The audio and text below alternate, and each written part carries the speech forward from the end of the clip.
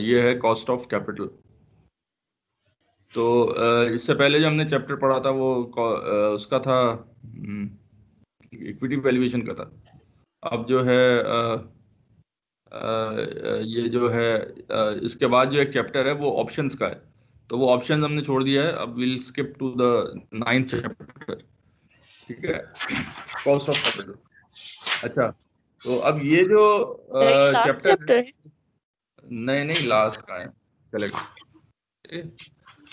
जब तक क्लासेस चलेंगी चैप्टर चलते रहेंगे। ठीक है।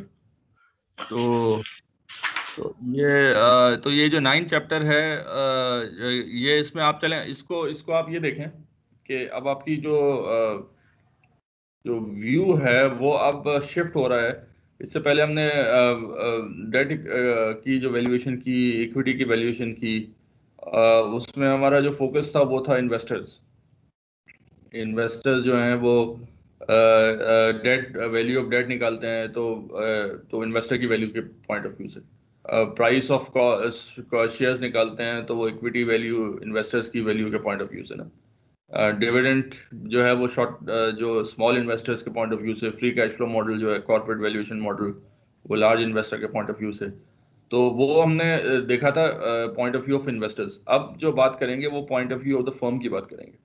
तो ये एक्चुअली आप समझ लें कि हमारा जो मॉड्यूल है, आप समझ लें इसका नेक्स्ट मॉड्यूल में हम जा रहे हैं। इससे पहले जो हमने डिस्कस सारा कुछ किया था वो हमने इन्वेस्टर के पॉइंट ऑफ व्यू से डिस्कस किया था।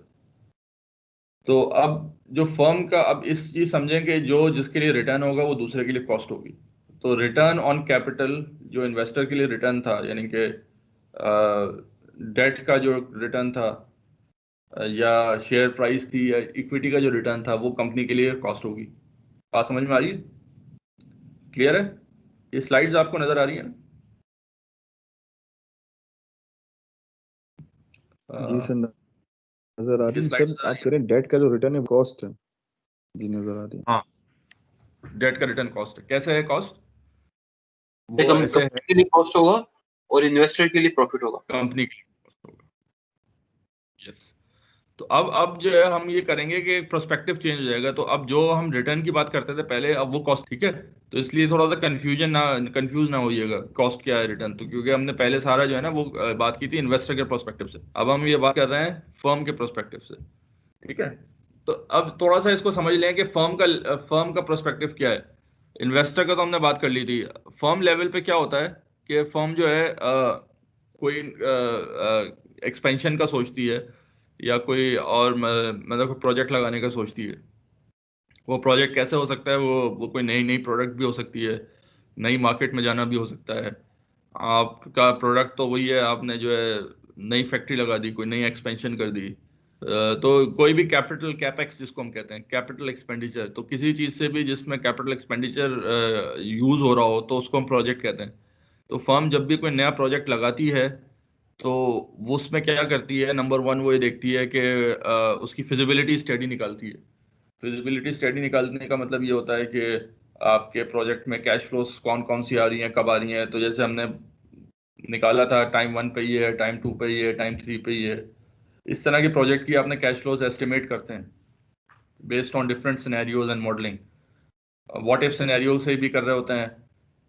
जैसे आपने कहा रखे, अगर अगर इकोनॉमी इस ट्रैक पे चल रही है तो उसका जो इफेक्ट है वो ये होगा, अगर इकोनॉमी दूसरे ट्रैक पर है तो वो ये होगा। तो उसके बाद जो है उसमें आप परसेंटेज डालते हैं कि what is the probability of इस ट्रैक की क्या प्रोबेबिलिटी है और दूसरे ट्रैक की क्या है। तो उससे जो है आप जो है वो फिर वैल्यू निकाल रहे होते हैं। ठीक है। तो उसको हम कहते हैं व्हाट इफ सिनेरियो। तो उनकी प्रोबेबिलिटी डालने के बाद यू कैन एस्टिमेट कि भाई इस फर्म की वैल्यू क्या, कैश फ्लोज वगैरह क्या होंगी। अच्छा, उसके बाद जो है दूसरा कंपोनेंट होता है कॉस्ट। जब आपने फर्म की कैश फ्लोज निकाल ली, तो फिर आप दूसरा ये देखते हैं कि वो फर्म की कॉस्ट क्या होगी, वो प्रोजेक्ट लगने की कॉस्ट क्या होगी। तो वो आप एस्टिमेट करते हैं कि भाई ये कैपिटल का खर्चा है, ये सब चीज़ें हैं। तो लेट सपोज वो कॉस्ट आ रही है $100 मिलियन की। लेट सपोज प्रोजेक्ट है वो 100 मिलियन का है।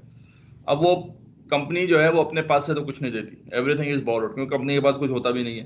जैसे मैंने आपको शुरू में बताया कि कंपनी के पास अपना कुछ नहीं होता, वो सारा आइदर शेयर होल्डर्स का होता है, यानी इंटरनल इन्वेस्टर्स का होता है, या एक्सटर्नल इन्वेस्टर्स का होता है। तो कंपनी जो है वो उसे बोरो करना है। अब वो 100 मिलियन जो वो बोरो करेगी, उसकी कॉस्ट क्या होगी, उसको कहते हैं कॉस्ट ऑफ कैपिटल, ठीक है, वैक कहते हैं।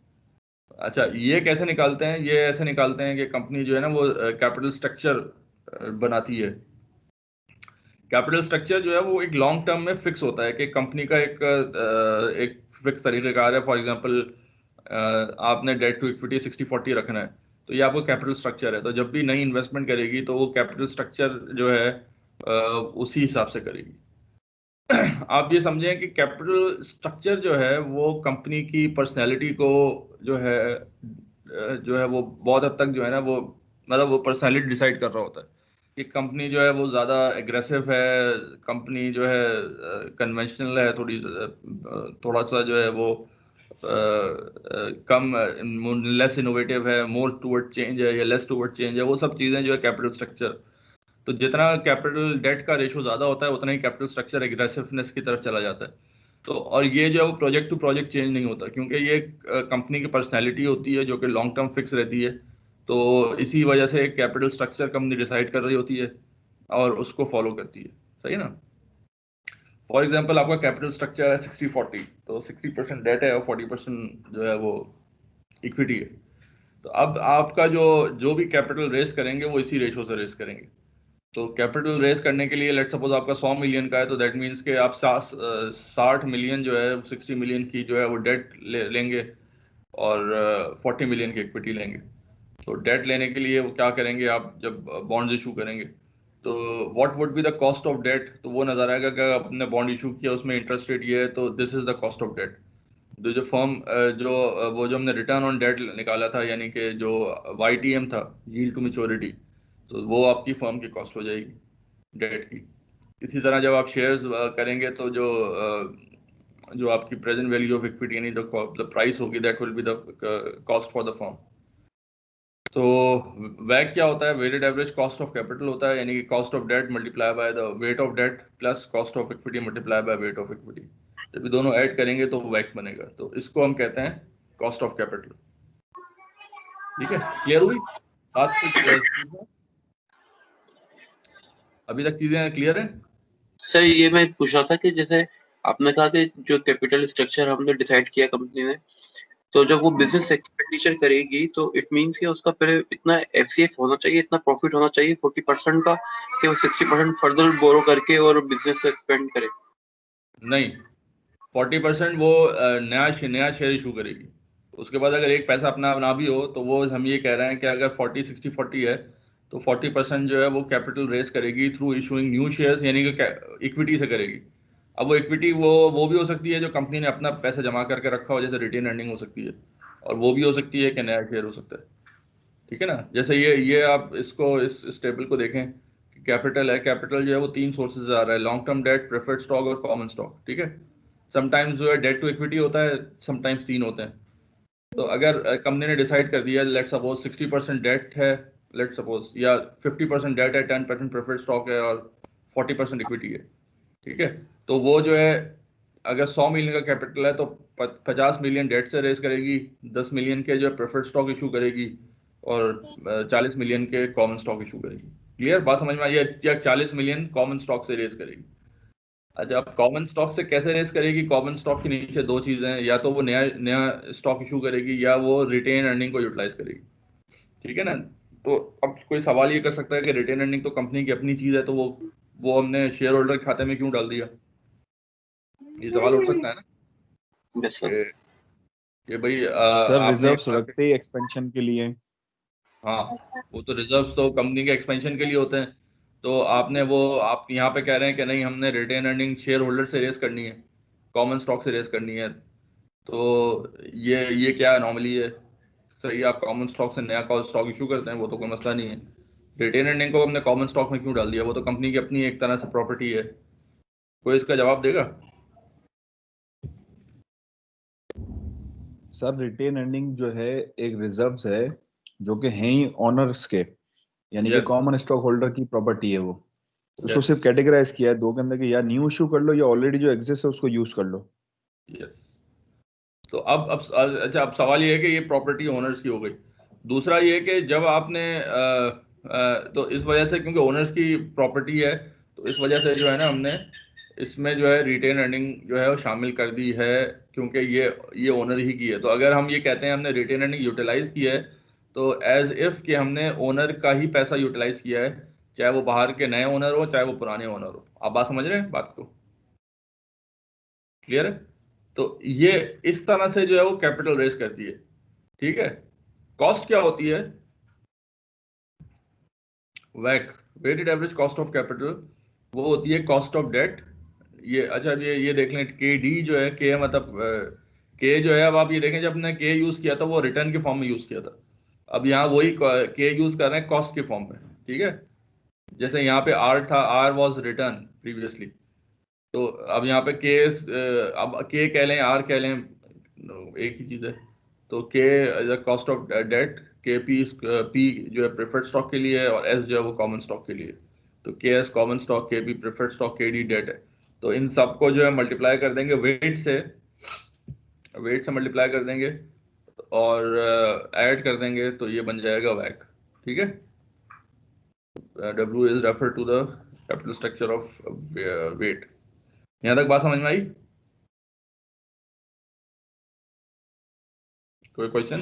सर जो वैक मैंने जो कैलकुलेट किया था प्रोजेक्ट के अंदर, हमने जो कैलकुलेट किया था उसमें सर कॉस्ट ऑफ इक्विटी निकालनी थी सबसे पहले। कि कॉस्ट ऑफ इक्विटी कैसे निकलेगी, कि रिस्क प्रीमियम को मल्टीप्लाई किया था बीटा से, हाँ और उसके अंदर प्लस कर दिया था रिस्क फ्री रेट को। हाँ, तो हमारे पास कॉस्ट ऑफ इक्विटी की परसेंटेज आ गई, उसको वेट से मल्टीप्लाई कर दिया था इक्विटी के, तो कॉस्ट ऑफ बिल्कुल। ये हमारा वो ये एक ये पोर्शन ये बन चीज गया। आपने कहा, ठीक है ना? तो ये भी सेम ही हुआ ना सर पूरा। बिल्कुल सेम हुआ, वही चीज है। इसी के अंदर जो है अपना डेट्स को जो ना वेट वेट कर देंगे, और फिर हाँ, मल्टीप्लाई सर डेट आपने हमने जो एक निकाली। काम ये किया था, ये हाँ, मल्टीप्लाई पे 1 - टी भी किया था, टैक्स यस टैक्स यस। को नेट ऑफ किया था इसमें। हाँ, ये क्यों किया था? क्योंकि सर टैक्स बाद में पे होता है, और हाँ, इंटरेस्ट जो ना पहले पे होते हैं, यस। देखिए, एक बात इसलिए। बात समझ लें, कॉस्ट ऑफ प्रेफर्ड स्टॉक और कॉस्ट ऑफ कॉमन स्टॉक, जो इन्वेस्टर के रिटर्न होगा वो आपके लिए कॉस्ट होगी, वही होगी, सेम होगी। अगर आपका जो वो सीएपीएम मॉडल के थ्रू 14% इक्विटी, तो वो कॉस्ट जो रिटर्न ऑफ इक्विटी इन्वेस्टर के लिए 14% होगा, आपके लिए वो कॉस्ट होगी, एग्जैक्ट सेम होगी। कॉस्ट ऑफ प्रेफर्ड स्टॉक जो इन्वेस्टर के लिए रिटर्न होगा वही आपके लिए कॉस्ट होगी। लेकिन डेट में ऐसा नहीं है, केडी जो इन्वेस्टर के लिए रिटर्न होगा वो आपके लिए कॉस्ट नहीं होगी, क्योंकि इन्वेस्टर जो रिटर्न पे कर रहा है उसके अंदर जो है वो उसके अंदर कोई सेविंग नहीं हो रही। आप जो कॉस्ट पे कर रहे हैं एक्चुअली आप टैक्स सेव कर रहे हैं। यानी इसका मतलब ये है कि इन्वेस्टर का जो रिटर्न होगा उस पर वो इन्वेस्टर टैक्स पूरा पे करेगा। यानी कि आप समझ लें कि जो डिविडेंड आपको जो आपको इंटरेस्ट पे करेंगे डेट पर, वो इन्वेस्टर की इनकम में चली जाएगी। जब इनकम पे जाएगी तो इनकम टैक्स पे करेगा।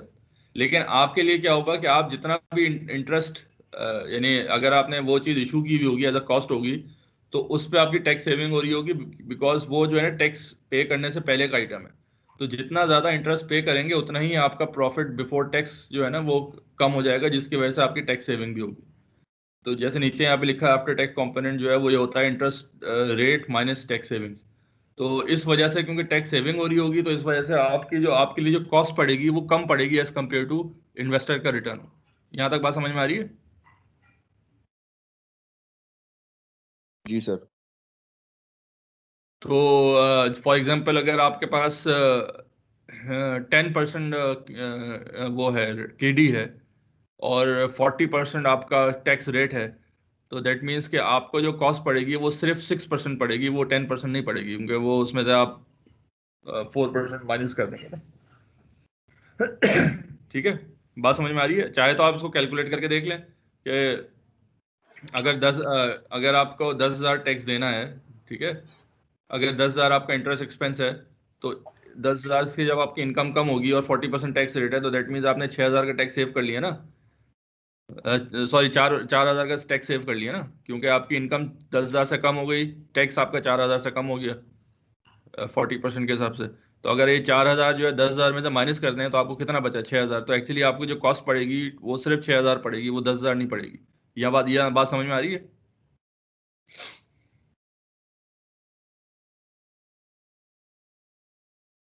जी, या मैं थोड़ा और बताऊं? जी सर क्लियर है। नहीं क्लियर सर है? क्लियर है।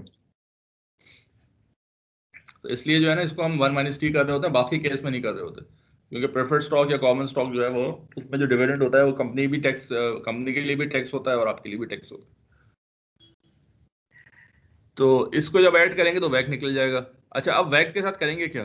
ठीक है, वैक जब आपका निकल गया तो आप ये देखेंगे कि आपकी कॉस्ट ऑफ कैपिटल कितनी आ रही है। उस कॉस्ट को आप रिटर्न ऑन कैपिटल से कंपेयर कर देंगे। अगर रिटर्न कॉस्ट से ज्यादा होगा तो वो प्रोजेक्ट स्टार्ट करेंगे, अगर कम होगा तो प्रोजेक्ट कर देंगे। ठीक है, तो प्रोजेक्ट का जो होती है उसके अंदर जो है वो कॉस्ट जो है वैक जो वो वो शामिल होती है, यानी कि उससे करती है। तो जैसे तो जितना पे डिपेंड करती है वैसे ही कॉस्ट पे करती है। ठीक है, और इसमें और बात यह है कि वैक तो क्योंकि सेम रहता है through out the time period, जबकि रिटर्न मेरी वेरी करता होता है, तो आपकी एक वैल्यू के जो है चेंज होने से आपकी एक्सेप्टेंस ऑफ रिजेक्टेड डिसीजंस पे बहुत बड़ा फर्क पड़ता है एज कम्पेयर टू रिटर्न की कोई एक वैल्यू। इस वजह से बड़ा मैटर करता है। एडवांस कोर्सेज के अंदर जो है ये एक एक जो आइटम है ना, इस पे जो है बहुत ज़्यादा बहस होती है, इसके अंदर बहुत डेप्थ इंट्रिकेसीज हैं, हम तो बहुत सिंपल से बता रहे होते हैं। तो रियल लाइफ में बड़ी इसमें कॉम्प्लेक्सिटीज हैं कि एक आइटम, क्योंकि ये एक ऐसे ऐसे आइटम्स हैं कि जिसपे आपने सारा कुछ वैल्यू कर ली है सिर्फ एक आइटम की वैल्यू से। जैसे केएस है, केएस में 1% भी चेंज होगा तो उसकी वजह से आपका वैक चेंज होगा, वैक चेंज होने से आपकी वैल्यू चेंज हो जाएगी। ठीक है, बात समझ में आ रही है? आगे चलें। जी सर। तो should our analysis focus on before tax or after tax? Stockholder focus on after tax. So after tax cost of capital only KD needs adjustment, ये हमने डिस्कस कर लिया। तो क्योंकि स्टॉक होल्डर्स का हमने आफ्टर टैक्स देख रहे होते हैं तो इसलिए हम भी आफ्टर टैक्स करेंगे। अगर बिफोर टैक्स कर रहे होते हैं तो फिर केडी में एडजस्टमेंट नहीं करते, बिकॉज हम आफ्टर टैक्स कर रहे होते हैं, इसी वजह से हम केडी में एडजस्टमेंट कर रहे होते हैं। अच्छा, दूसरा सवाल आता है, ये बड़ा इंपॉर्टेंट है। Should our analysis focus on historical embedded cost और मार्जिनल कॉस्ट? ये क्या चीज होती है? एम्बेडेड कॉस्ट का मतलब ये होता है कि अगर फॉर एग्जांपल आप केडी निकाल रहे हैं तो केडी तो वो भी निकल सकता है कि आप लास्ट वैल्यू ऑफ डेट लें, उसमें जो इंटरेस्ट आप पे कर रहे हैं उससे आप केडी निकाल लें, कॉस्ट ऑफ डेट। और एक ये भी हो सकता है कि आप आज अगर ये प्रोजेक्ट लगाते हैं तो आज जो नई डेट लेंगे तो उसकी वैल्यू क्या होगी, तो वो कौन सी लेनी चाहिए? सर आज जो ले रहे हैं उसी की हाँ, कॉस्ट लेनी चाहिए। यस, तो उसको कहते हैं मार्जिनल कॉस्ट। तो ये हम गलती भी करते हैं, हम तो खैर कर ही रहे हैं क्योंकि हमारे पास कोई ऑप्शन नहीं है ना, क्योंकि हमारे पास लास्ट वैल्यू ली होती है तो हम ये अज्यूम करते हैं कि जो हिस्टोरिकल वैल्यू है वही आगे भी रहेगी। अगर हमने पिछले डेट 10% पे लिया है तो अगली डेट भी हम 10% ही पे लेंगे, तो इसलिए जो है ना हम वो पिछले को हिस्ट्री रिपीट इटसेल्फ वो वैल्यू अजम्पशन लगा के वो ले लेते हैं। जब आपने प्रोजेक्ट भी किया होगा आपने लिया था, लेकिन एक्चुअली जो है अगर आप कोई रियल लाइफ प्रोजेक्ट करेंगे तो आप वो हिस्टोरिकल कॉस्ट नहीं लेंगे, आप मार्जिनल कॉस्ट लेंगे। यानी कि अगर किसी वजह से आपकी कंपनी की रिस्कीनेस बढ़ रही हो या किसी और, तो आप जो है वो नई डिस्काउंट फैक्टर्स लेंगे, पुराने पे नहीं जाएंगे। क्लियर है? जी sir, educational point of view से हिस्टोरिकल डाटा होगा और प्रैक्टिकल पॉइंट ऑफ व्यू से लेटेस्ट डाटा होगा। हाँ, वो चले। तो हाँ, अगर अगर आपके पास अब एक सवाल ये है कि कोई लेटेस्ट डेटा का प्रॉब्लम ये है कि अगला डेटा तो आपको मिलेगा नहीं, क्योंकि इस सवाल ये है कि अगर आप नई डेट इशू करेंगे तो ये कॉस्ट लेंगे, तो क्योंकि आपने नई डेट इशू की नहीं तो आपको वो कॉस्ट पता ही नहीं है। ठीक है ना? जी तो बिल्कुल। इसमें इसमें सिर्फ ये आप कह लें कि we will be adjusting that historical based on the new realities को, उसके अंदर अगर आपकी रिस्कीनेस बढ़ गई है वो है तो सब्जेक्टिव एडजस्टमेंट कर लें। ठीक है, क्योंकि ये प्रॉब्लम तो हमने जैसे शुरू में भी बात की थी, रिस्क एंड रिटर्न के अंदर हिस्ट्री के अंदर जो है हिस्टोरिकल के अंदर प्रॉब्लम तो आती है ना। तो हिस्टोरिकल में ये प्रॉब्लम है कि वो अगली नहीं होती, और मार्जिनल के अंदर ये प्रॉब्लम है कि वो निकली भी नहीं होती, वो एक्चुअल नहीं होती, वो एस्टिमेटेड होती है, तो उसमें जजमेंट की एरर आ सकती है। तो इस वजह से हम इसके अंदर we'll try to adjust that historical to some new information in the market में, ठीक है। फॉर एग्जांपल आपने जो है आपकी जो कंपनी है वो फेयरली स्टेबल है और आपकी कंपनी बहुत बड़ी है, आपका प्रोजेक्ट बहुत छोटा सा है, तो आपके इस प्रोजेक्ट शुरू करने के बाद आपकी कंपनी की वैल्यू में कोई फर्क नहीं पड़ना आपकी तो फिर आप जो है वो हिस्टोरिकल ले सकते हैं। लेकिन अगर आपकी कंपनी जो है उसके लिए एक बहुत बड़ा प्रोजेक्ट आपने स्टार्ट किया है जिसकी वजह से आपकी कंपनी की रिस्कीनेस भी चेंज हो रही है, वो प्रोजेक्ट जिस जगह पे लग रहा है वो प्रोजेक्ट उसकी रिस्कीनेस डिफरेंट है आपकी ऑपरेशंस की रिस्कीनेस से, तो फिर आपको जो है वो मार्जिन लेना ज़्यादा बेहतर है। बात समझ में आ रही है, क्लियर हो रही है? जी सर। बराबर। तो how are the weights determined use accounting numbers और मार्केट वैल्यू। अब आप सवाल ये है कि जो वेट्स है ना WD WP, ये वेट्स कैसे निकालेंगे, वो बुक वैल्यू से निकालेंगे या मार्केट वेट से निकालेंगे? ये मतलब ये है कि अगर यानी कि वेट निकलते कैसे हैं, वेट ऑफ डेट कैसे होगा? सर बुक या वैल्यू तो से होगा ना weight. Market value of debt divided market value of equity, या book value of debt divided by book value of equity. ठीक है, सर बुक आप वैल्यू बात से समझे? करेंगे। ठीक है, तो अब इसमें जो है अब करेंगे क्या, यानी अदर यूज अकाउंटिंग नंबर्स यानी कि book value of debt divide by book value of equity करेंगे, और book value of preferred stock divide by book value of equity करेंगे, और मार्केट वैल्यू यानी कि market value of debt divided by market value of equity. तो what would be the, क्या होना चाहिए जी? सर एक्चुअल में तो मार्केट वैल्यू होनी चाहिए, हाँ और मेरा हाँ, ख्याल है और मार्केट कोई वैल्यू पे करेंगे। मार्केट वैल्यू पे, और एनीबडी एल्स? तो जो सही जो वैल्यू है वो मार्केट वैल्यू ही होगी, ठीक है ना? क्योंकि जो बुक वैल्यू भी होती है वो एक्चुअली बुक वैल्यू क्या है, एक्चुअली बुक वैल्यू वो मार्केट वैल्यू है जिस वक्त आपने वो स्टॉक इशू किया था। तो आप समझ लें कि आप वो मार्केट वैल्यू लेंगे जो इस वक्त वो स्टॉक इशू हुआ था, या वो मार्केट वैल्यू लेंगे जो आज की वैल्यू है। मार्केट वैल्यू दोनों है, ठीक है। तो तो जो आज की वैल्यू होगी वो ज़्यादा क्लियर होगी, वो ज़्यादा बेहतर, उससे यानी सही पिक्चर निकल के आएगी, ठीक है ना? क्लियर है? अच्छा, दूसरा सवाल ये, यूज एक्चुअल नंबर और टारगेट कैपिटल स्ट्रक्चर। ये इसका सवाल का मैंने जवाब दे दिया कि एक्चुअल नंबर यूज करेंगे कि टारगेट। तो मैंने आपको बताया ना, कंपनीज की एक प्रैक्टिस होती है कि वो जो है पहले से एक कैपिटल स्ट्रक्चर जो है वो डिफाइन कर लेती है जो उसकी पर्सनैलिटी और उसके उसमें शामिल हो जाता है। तो इस वजह से जो है वो टारगेट कैपिटल स्ट्रक्चर ही लोग ज़्यादा यूज़ करते हैं। अगर एक्चुअल नंबर यूज़ करेंगे तो आपका कैपिटल स्ट्रक्चर हर दफ़ा वेरी करेगा, यानी किसी एक दफ़ा कुछ आ रहा होगा, किसी एक दफ़ा कुछ आ रहा होगा। इस वजह से जो है normally companies used a target capital structure, और the capital structure would should reflect your long term investment philosophy actually. तो वो जो है सर इसमें पॉइंट वन तो कॉन्फ्लिक्ट हो गया ना, फिर उसका मतलब बुक वैल्यू ही लेंगे। अगर तो मैं इसको इस तरह करता हूँ कि अगर तो आप एक्चुअल नंबर ले रहे होंगे तो मार्केट वैल्यू लेंगे, और अगर टारगेट कैपिटल स्ट्रक्चर ले रहे होंगे तो बुक वैल्यू या मार्केट वैल्यू का मैटर ही नहीं करेगा, क्योंकि वेट आपने पहले डिसाइन, यानी आपने वो जो वेट है जैसे 60-40 है, अगर आपने 60 और 40 डिफाइन कर दिया है कैपिटल स्ट्रक्चर के वेट, तो फिर आपको ज़रूरत ही नहीं है कैलकुलेशन की। आप बात समझ रहे हैं?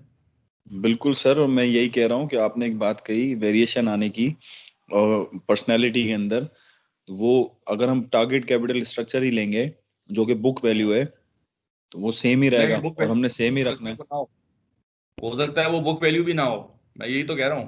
अच्छा, देखिए ना, फॉर एग्जाम्पल कैसे आपने सर? कैपिटल, हाँ देखें, सर यानी आप कैसे? ये समझिए, हाँ मैं बता रहा हूँ ना, जैसे फॉर एग्जांपल अगर आपने 60-40 कर दिया रेशो कैपिटल स्ट्रक्चर का, समटाइम्स ऐसा होता है कि किसी किसी भी वजह से वैसे तो आपकी बुक वैल्यू और मार्केट वैल्यू 60-40 से ही रहेगी क्योंकि आपने पहले से डिसाइड किया हुआ है 60-40। लेकिन लेट सपोज आपने कैपिटल स्ट्रक्चर रिवाइज कर दिया 60-40, पहले 80-20 था लेट सपोज, तो हो सकता है कि आज आपकी बुक वैल्यू होगी वो 60-40 पे ना हो। आप बात समझ रहे हैं? जी सर, कंडीशन समझ गया कि लास्ट डाटा हाँ, जो मुझे मिला हुआ है वो 80-20 के रेशो पे मिला हुआ है, लेकिन अभी का जो वो टारगेटेड कैपिटल स्ट्रक्चर है वो 60-40 है। हाँ, तो अगर तो आप कैपिटल स्ट्रक्चर पे जाएंगे तब तो फिर आपके पास ये बहस ही नहीं होगी कि वो बुक वैल्यू है या मार्केट वैल्यू है। और अगर आप एक्चुअल नंबर पे जाएंगे तब बहस होगी कि मार्केट वैल्यू बुक वैल्यू। तो अगर इसके अंदर हम जाएंगे तो मार्केट वैल्यू पे जाएंगे। बात समझ में आ रही है? तो अगर आपसे ये कहा जाए कि we'll be following the current capital structure, कि जो भी कंपनी का अभी करंट कैपिटल स्ट्रक्चर है हम वही फॉलो करेंगे, तो उसके लिए आपको क्या करना पड़ेगा? Market value of debt divide by market value of equity करना पड़ेगा। ठीक है? तो और अगर we are following a target capital structure तो फिर आपने जो भी टारगेट दिया हुआ उस पर करना पड़ेगा। बात समझ में आ रही है? सर थोड़ा सा उल्टा नहीं हो गया इसमें? अगर हम अज्यूम कर रहे हैं कि हमने टारगेट कैपिटल स्ट्रक्चर यूज करना है तो हम बुक वैल्यू लेंगे, ठीक है? नहीं नहीं नहीं, हाँ मतलब आप ये कह लें कि अगर आपने एक्चुअल अज्यूम कर, नंबर्स जो है मार्केट वेट है और बुक वैल्यू जो है टारगेट कैपिटल है। देखें एक बात समझ लेना। अगर आप कह रहे हैं टारगेट कैपिटल स्ट्रक्चर यूज करना है तो आपका टारगेट क्या है? वो क्या, अगर 60/40 है तो आपका फिर जी सवाल ही नहीं है कि वो बुक वैल्यू या मार्केट वैल्यू। आपने तो वैसे ही कैपिटल स्ट्रक्चर रख लिया 60/40, यानी वेट ठीक है, आपने निकाल एग्री। लिया ना, एक का 60 एक का 40 निकाल लिया। तो अब वो कैसे निकला, ठीक है, वो सवाल ही खत्म हो गया ना। पॉइंट समझ में आ रहा बट है? इन एक्चुअल तो सर वो बुक वैल्यू ही हुई ना, हाँ, अगर क्योंकि हम अगर हम ये स्ट्रक्चर को कहें, फॉलो कर रहे हैं। मैं यही तो कह रहा हूँ, अगर हम ये कहें कि हमें एक्चुअल कैपिटल स्ट्रक्चर यूज करना है एक्चुअल नंबर्स का, तो फिर सवाल आएगा कि वो एक्चुअल नंबर फिर मार्केट पे कैलकुलेट जाना करें तो पड़ेगा। वो बुक से करें या मार्केट से करें। मार्केट से करेंगे। ठीक है, तो वो मार्केट से करना बेहतर है। अगर मार्केट की फिगर्स मौजूद नहीं है तो फिर आप बुक से कर सकते हैं, लेकिन मार्केट से करना बेहतर है। तो पहला तो सवाल ये है कि आप एक्चुअल नंबर से कर रहे हैं टारगेट से कर रहे हैं। अगर टारगेट से कर रहे हैं तो ये सवाल ही नहीं आएगा कि कितना बुक से करें या मार्केट से करें। ठीक है ना? क्लियर है? कंफर्म सर, बिल्कुल ठीक है। ठीक है, तो कॉस्ट ऑफ डेट में हमने बात कर ली कि you have tax benefit, tax saving, जिसकी कॉस्ट जिससे आपके केडी कम हो जाता है। जब आप ऐड करेंगे तो will get the capital structure. अच्छा, केडी की जो एडजस्टमेंट्स हैं वो कैसे करेंगे? ठीक है, कि लेट्स सपोज अगर आपको समटाइम्स आपके पास वो नहीं होता, फिगर्स नहीं होती ना कि कॉस्ट ऑफ डेट कितनी है। तो एक तरीका तो ये है कि जब आप निकाल रहे हैं, जैसे इसके अंदर आप ये देखें मार्केट वैल्यू। अच्छा, ये जो बात कर रहे हैं, इसमें ये बात कर रहे हैं कि दो चीजें, इसको ये एक चीज समझ लें कि यहाँ पे आप देखें इंटरेस्ट को इन्होंने टैक्स से माइनस कर दिया, यानी कि इंटरेस्ट जो है उसमें से आपने 1 - T, यानी कि आफ्टर टैक्स इसमें ये भी ले लिया, एडी की कॉस्ट को आफ्टर टैक्स ले लिया। अच्छा, जो भी इसकी जो वैल्यू आएगी उसके अंदर 1 - F फ्लोटेशन कॉस्ट माइनस कर दी। यस, एक चीज समझ लें कि थोड़ा सा एक फर्क ये भी होता है इन्वेस्टर की वैल्यू का और फर्म की वैल्यू का, अपार्ट फ्रॉम टैक्स, वो फ्लोटेशन कॉस्ट का भी होता है। यानी कि ये होता है कि कंपनी को कुछ जब आप कोई इक्विटी फ्लोट करते हैं, डेट फ्लोट करते हैं, तो उसमें कुछ एक्स्ट्रा कॉस्ट पे करनी पड़ती है। फॉर एग्जांपल, अगर आप डेट इन्वेस्टमेंट बैंकर की सर्विस हायर की तो इन्वेस्टमेंट बैंकर जो है वो आपसे कुछ चार्ज करता है, वो 1% या 2%। इसी तरह से आपने कोई लिस्टिंग करवाई तो उसकी अलग कॉस्ट होती है, कोई लॉयर्स हायर किए, रजिस्ट्रेशन की कॉस्ट अलग होगी है, तो वो सब चीज़ें कहलाती हैं फ्लोटेशन कॉस्ट। तो कंपनी को थोड़ी सी एक्स्ट्रा कॉस्ट भी पे करनी पड़ती है, which is called flotation cost. तो how that flotation cost is adjusted, तो जो एडजस्टमेंट करेंगे, लेट सपोज अगर आप बहुत क्रूड वैल्यू से कर रहे हो तो आपने जो है स्टार्ट किया interest for a companies perspective, जो आपने एडजस्टमेंट की है वो ये की है। जहाँ जहाँ आपने इंटरेस्ट पे करना है वो 1 - T हो जाएगा। ठीक है, क्योंकि आपने टैक्स जो है पे किया है। अच्छा, कॉस्ट ऑफ डेट में टैक्स सेविंग हो जाएगी 1 - T। और जो फ्लोटेशन कॉस्ट होती है उसका तरीका ये होता है कि परसेंटेज फॉर्म में होती है। फॉर एग्जांपल 90% हो गई, यानी अगर 5% है तो जो भी वैल्यू आपकी डेट की आ रही होगी उसको आपने 5% से कम कर देना है। सो उसके बाद जो आपका क्योंकि इससे आपको निकलेगा क्या, इससे आपको कॉस्ट ऑफ डेट निकलेगी, आरडी निकाल रहे होंगे बेसिकली। तो जितना कम ये वैल्यू होगी उतना ही ज्यादा आरडी हो जाएगा, तो that is basically add into that RD. ये बात क्लियर हो रही है? ये बात समझ में आई? या जरा घूम गया कुछ? नहीं सर, क्लियर है। क्लियर है, बड़ी जबरदस्त बात है। तो बस सर तो फ्लोटिंग जो आपने बताया ना, हाँ हाँ, फ्लोटिंग जो सारे एक्सपेंसेस थे, जैसे कि लॉयर एक्सपेंस आपने बताया, उसका डेट से क्या ताल्लुक हुआ? उसका टैक्स से ताल्लुक नहीं हुआ। ये फ्लोटिंग एक अलग है, टैक्स अलग है। हम ये कह रहे हैं कि फॉर एग्जांपल अगर आपको मालूम करना है, ये तो सवाल वैसे तो नहीं होगा क्योंकि हमें केडी ऑलरेडी मालूम है। लेट सपोज अगर कॉस्ट ऑफ डेट मालूम करना है आपको, ठीक है, जी तो केडी एक्चुअली वाईटीएम होता है, यानी कि ये एक्चुअली वो इंटरेस्ट रेट होता है ना, जो वाईटीएम निकाल रहे होते हैं ना, यील्ड टू मेच्योरिटी। तो वो क्या, कितने यील्ड है कि आप उसको वो करें। तो तो अगर आप फॉर्मूला देखें जो केडी, जो आप इसको जब आप पीवीए और पीवी के जो फॉर्मूले में डालते हैं तो एक्चुअली केडी वो आई होता है एक्चुअली, या ये इंटरेस्ट रेट होता है ना, यही है ना। तो जी क्योंकि सर, वो फिर कभी कभी इंटरेस्ट रेट फाइंड नहीं होता है, हमें हाँ फाइंड वो करना फाइंड नहीं पड़ता है। होता। तो अगर तो हम एफसी आपके पास मौजूद हो, इंटरेस्ट रेट फाइंड कर रहे हैं, तो कंपनी प्रोस्पेक्टिव से हमें क्या चेंज करना पड़ेगा? हमें केडी जो भी इंटरेस्ट रेट होगा उसमें 1 - टी कर देना होगा, क्योंकि डेट जो है वो उसमें टैक्स सेविंग हो रही होगी। और दूसरा जो इंटरेस्ट जो आप पे कर रहे हैं, जो जिसको हम पीएमटी कहते थे, ठीक है ना, उस पीएमटी को भी 1 - टी कर देना होगा, क्योंकि वो जो इंटरेस्ट एक्सपेंस जो आप जो पे कर रहे हैं, यानी कि जो आपने इंटरेस्ट पे किया है, तो उसको उसको भी जो है उस पे जो टैक्स ले रहा होगा वो इन्वेस्टर के पॉइंट ऑफ व्यू से टैक्स भी जा रहा होगा, तो आफ्टर टैक्स हो जाएगा। क्योंकि हमने शुरू में बात की थी, हम आफ्टर टैक्स कैलकुलेट कर रहे हैं, तो इसी वजह से हमने डेस्क में भी एडजस्टमेंट की थी, तो इक्विटी यानी ऊपर न्यूमरेटर में भी एडजस्टमेंट करनी होगी टैक्स की। और तीसरी चीज़ जो है वो फ्लोटेशन कॉस्ट है।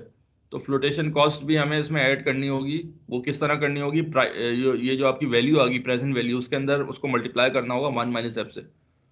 तो अगर फॉर एग्जांपल फ्लोटेशन कॉस्ट जो है वो 5% है, तो आपकी अगर वैल्यू 100 थी तो वो 95 हो जाएगी, वो 5% कम हो जाएगी। जब एक चीज़ ये कम हो जाएगी तो केडी ऑटोमेटिकली बढ़ जाएगा। जो जब आपने, यानी KD is a function of present value और पीएमटी और ये सब चीज़ें हैं ना। तो अगर आप प्रेजेंट वैल्यू ही कम हो रही होगी तो ये केडी, तो एक्चुअली वो केडी के अंदर फ्लोटेशन कॉस्ट इस तरह इनकॉर्पोरेट होती है। क्लियर है? बात समझ में आ रही है? सर समझ तो आ रहा है, बस ये कि प्रैक्टिकल इम्प्लीमेंटेशन करके देखते हैं, रिजल्ट्स ये देख के समझ प्रैक्टिकल आएगा। नहीं हो सकता क्योंकि एएफसी के बगैर नहीं हो सकता। सिर्फ आप ये समय में समझाने के लिए आपको बता रहा हूँ। हो सकता है कि मिनी केस के अंदर भी ये चीज़ कोई हो आपको ना, तो निकाल भी लेंगे आप, लेकिन ये प्रैक्टिकली जब आप करेंगे ना तो वो एफसी के बगैर ये नहीं हो सकता, ठीक है ना। तो ये समझाने के लिए है वैसे। इम्तहान में फिर ये इस तरह का नहीं आ सकते सोना है क्योंकि इसमें सर, एफसी। ओके हो हाँ, गया। लेकिन ये कि अभी मिनी केस वगैरह के अंदर आपको करना पड़ेगा, ठीक है, वो आप कर लीजिएगा, एक्सेल पे कर सकते हैं, ठीक है। जैसे ये इन्होंने निकाला, एक ये चीज थी 12% सेमी एनुअल कूपन, तो उसके अंदर 5 इयर्स थे आउटपुट, यानी इन्होंने नंबर ऑफ इयर्स निकाला है आई थिंक।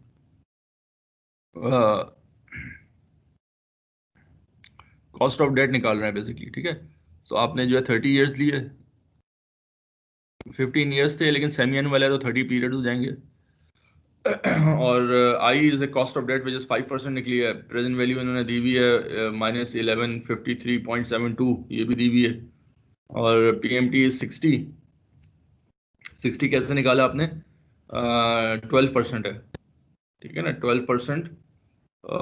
तो 12% of the face value is 120, और divide by 2 because it's a semi annual, तो 60 आ जाएगा।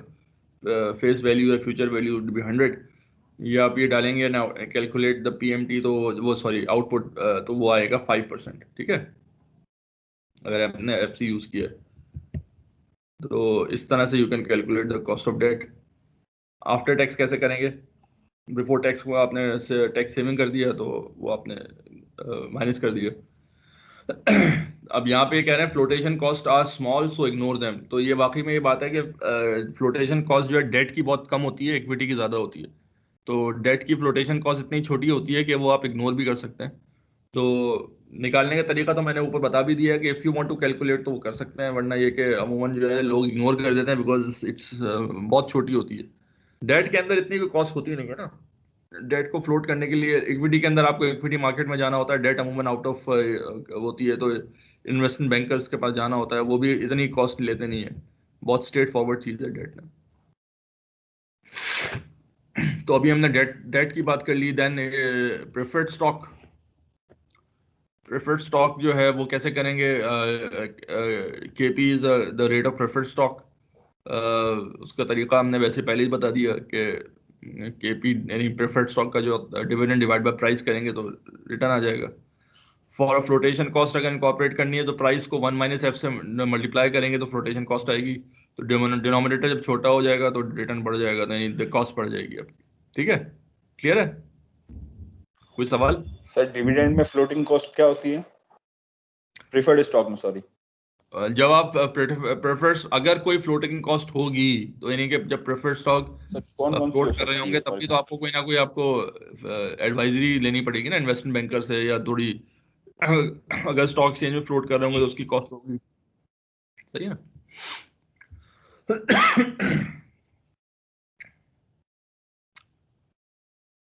Preferred dividends are not tax deductible, so tax adjustment is necessary. तो ये हमने बात कर ली है। Our calculation also ignores the flotation cost. अब सवाल यहां आता है, इज प्रेफर्ड स्टॉक मोर और less risky to investor than debt? जी, कौन बताया क्या होगा? ज्यादा रिस्की है, कम रिस्की है? सर थोड़ी सी रिस्कनेस ज्यादा है, क्योंकि पहले जब क्या बोलते हैं, दिवालिया होगा ज्यादा यानी रिस्की है बैंक्रप्सी होगी, हम्म तो तो कंपनी जो है उनको इट्स पहले नॉट डिपेंड, वो बैंक्रप्सी वाली बात जो हमने पहले डिस्कस की थी, तो ये थोड़े से ज्यादा रिस्की है। ठीक है। सो हाउ फर्म, जैसे इसमें दूसरी बात ये है कि however the price to pay dividend, otherwise one can not pay common dividend. कुछ कॉमनेंट्स ऐसी डाल देते हैं, शिकने डाल देते हैं प्रेफर्ड स्टॉक के अंदर, तो आप कॉमन स्टॉक होल्डर्स को पे नहीं कर सकते, या difficult to raise additional fund, तो आप एडिशनल फंड यूज नहीं, होल्डर के पास वोटिंग राइट्स आ जाते हैं, और जिस वक्त वोटिंग राइट्स आ जाते हैं तो उस वक्त जो है फर्म उनके कंट्रोल में भी जा सकती है। तो प्रेफर्ड स्टॉक की क्योंकि हुजूम बहुत बड़ा होता है।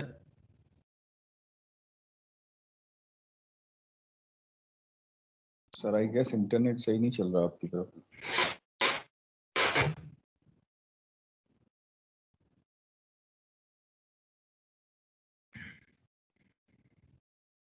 हेलो, आवाज आ रही है? हेलो। जी सर, अब आ रही है हाँ, आवाज। आवाज अब आई? आवाज जी सर। आवाज। हाँ, बीच में कोई प्रॉब्लम हुई थी। तो sorry, ये नजर प्रेफर्ड स्टॉक वाली अ, जी आ रही है आपको जी सर आवाज आ रही। मैं आपने जो आवाज? बताया ना, वो कट कट की आवाज आई थी, पूरा एग्जैक्टली समझ नहीं आया जो आपने बताया। प्लीज आप रिपीट कर देते हैं ये अच्छा थर्ड स्टॉक वाली बात। अच्छा, स्क्रीन शेयर हुई भी है? मैं दोबारा शेयर जी कर सर देता हुई हूँ। हुई थी, अभी अभी हटी है।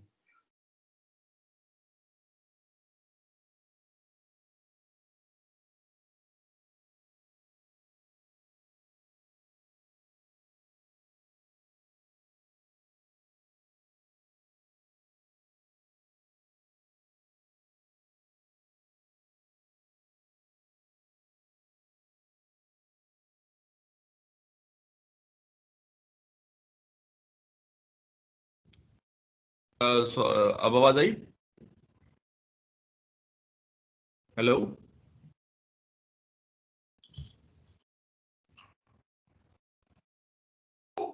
आवाज आ रही है? जी सर, आवाज आ रही है आपकी।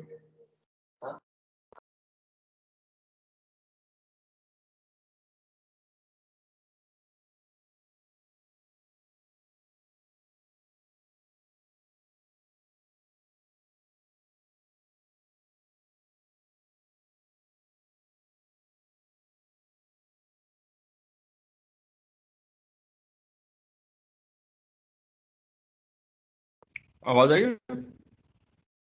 हेलो। जी सर आवाज आ रही है। जी अच्छा अच्छा। और मतलब हाँ। अच्छा, स्क्रीन विजिबल है ना आपको? No sir. विजिबल है? No sir. स्क्रीन शेयर नहीं हो रही? नहीं सर, स्क्रीन विजिबल नहीं है।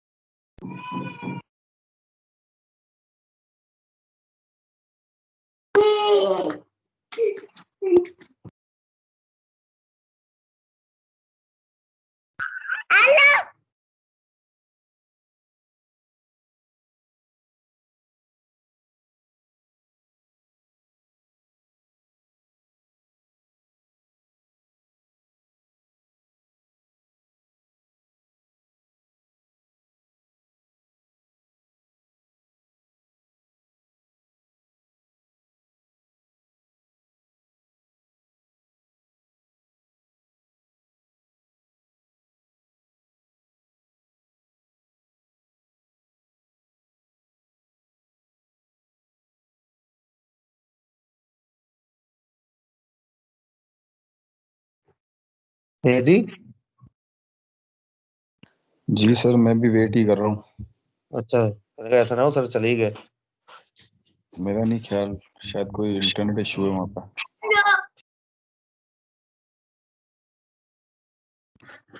ठीक है थैंक यू। हाँ। अब मेरे ख्याल से आप लोगों को आ रही है आवाज थोड़ी सी? जी सर, अब अब आ रही आवाज आ है। रही। अच्छा, चल जबरदस्त। तो चलें, तो हम वो डिस्कस कर रहे थे। चलें, स्क्रीन शेयर हो गई? जी जी sir. Okay.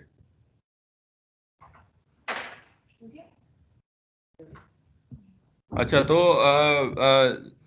We were discussing about the preferred stocks. तो जो हमने अभी थोड़ा सा पहले बात हुई थी कि प्रेफर्ड स्टॉक के अंदर जो है दे आर मोर रिस्की, जैसे आप लोगों ने बात की।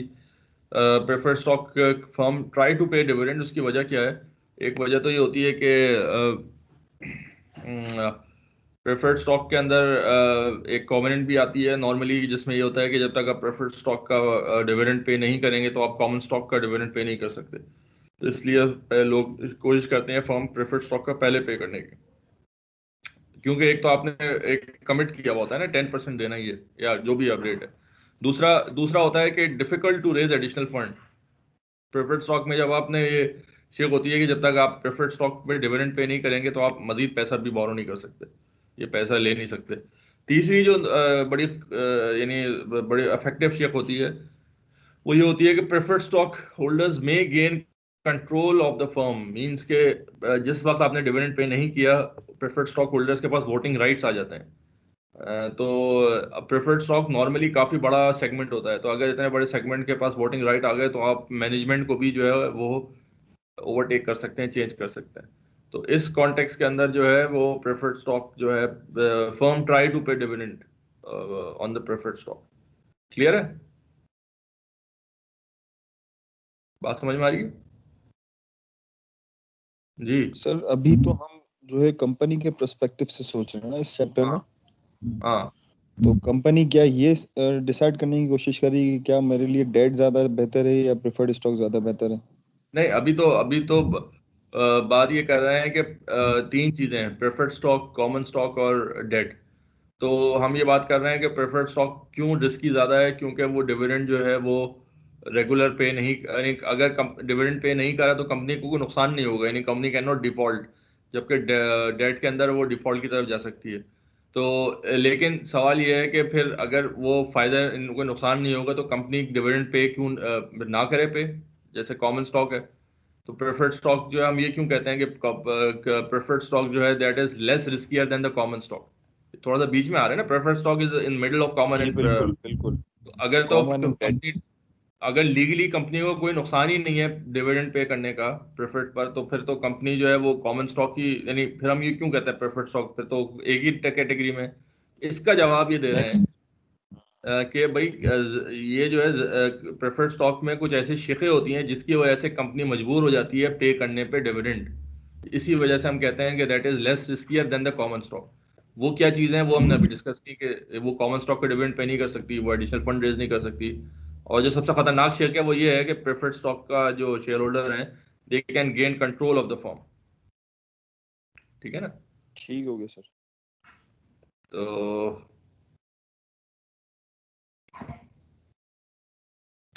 why the yield of preferred stock is lower than the yield of debt? अच्छा, एक चीज समझ लें, अब यहाँ पे एक चीज एनॉमली समझ लें। हमने ये बात की कि डेट की जो debt is less riskier than the preferred stock, ये बात हुई थी। दूसरा, अगर डेट की यील्ड देखी जाए, अब सवाल ये है कि डेट के अंदर एक एडिशनल एडवांटेज है, वो है टैक्स बेनिफिट।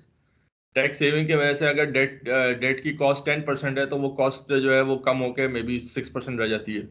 ठीक है ना? तो अगर फॉर एग्जांपल मैं ये कहता हूँ कि अगर ये जो टैक्स सेविंग है, हाइपोथेटिकली मैं एग्जांपल समझाने के लिए बता रहा हूँ, अगर ये टैक्स सेविंग की जो इफेक्ट है ये कंज्यूमर को पास ऑन कर दे, वो इन्वेस्टर को, यानी कि आप ये कहें कि लेट सपोज कंपनी को, अगर कंपनी ने डेट रेज की 10% पर, तो कंपनी को एक्चुअली कॉस्ट पड़ रही है 6%। ठीक है?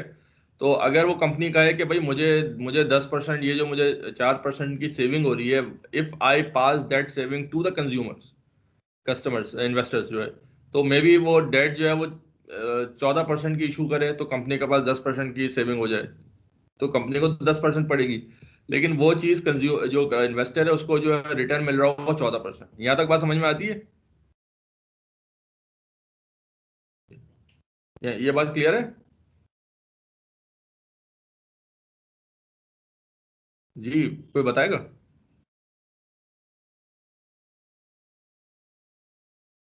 आपको आवाज आ रही है, नहीं आ रही? जी सर, मेरा इंटरनेट डाउन हो गया था। सर इसमें टैक्स की सेविंग हो रही है इसलिए प्रेफर्ड स्टॉक का जो है रिटर्न कम आ रहा है। मैं ये इंटरेस्ट कह रहा हूँ कि फॉर एग्जांपल मैंने एग्जांपल दी कि कंपनी ने जो टैक्स सेविंग हो रही है वो पास ऑन कर दी इन्वेस्टर को। ठीक है? आपने कहा कि भाई कंपनी पर जो है वो टैक्स सेविंग 4% की हो रही है, तो कंपनी का जो, फॉर एग्जांपल मैं एक पॉइंट कहता हूँ कि प्रेफर्ड स्टॉक भी 10% दे रहे हैं और डेट भी 10% दे रही है, फॉर एग्जांपल। ठीक है? यहाँ तक आज, यानी कंपनी के पास एक ऑप्शन ये है कि प्रेफर्ड स्टॉक इशू करे, वो 10% दे रहे हैं, और दूसरा डेट इशू करे, वो भी 10% दे रहे हैं। यहाँ तक क्लियर है? मैं डेट इशू करूँगा हाँ, लेकिन अब सवाल ये है कि कंपनी अगर डेट इशू करेगी तो उसकी कॉस्ट 6% पड़ेगी, जबकि प्रेफर्ड स्टॉक की कॉस्ट वही 10% पड़ेगी। तो कंपनी जो है डेट ऐसा ही इशू करेगी। अच्छा, दूसरा, अगर मैं एक अज्यूम करता हूँ कि कंपनी ने जो पैसा जो है, क्योंकि 6% है, तो वो जो एक्स्ट्रा 4% जो कंपनी की सेविंग हो रही है वो मैंने पास ऑन कर दिया डेट होल्डर्स को, यानी इन्वेस्टर को। मैंने कहा कि भाई ताकि मुझे डेट ज़्यादा बेहतर तरीके से मिल जाए।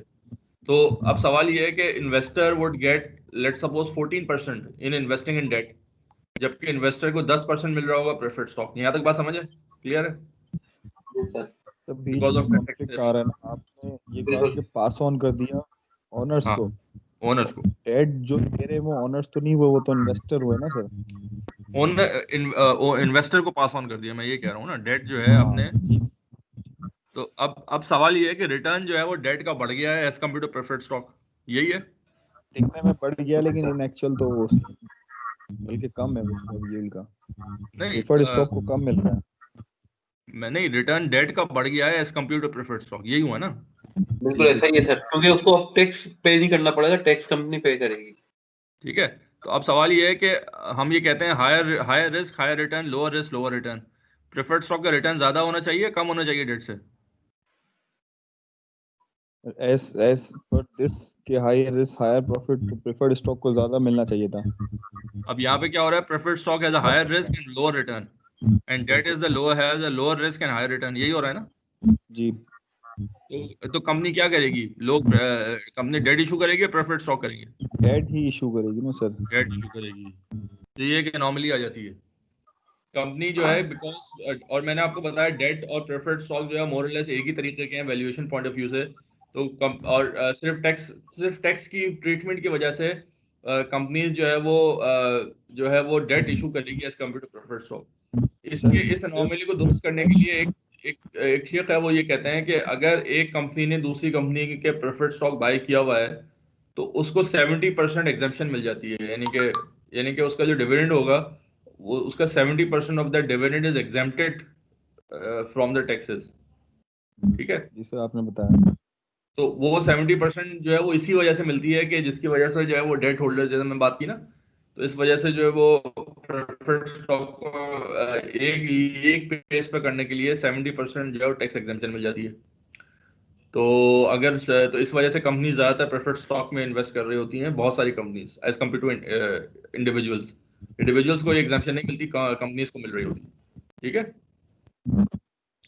So sir therefore preferred stock has a lower before tax yield than the before tax yield on the debt, because or after tax yield on the investor.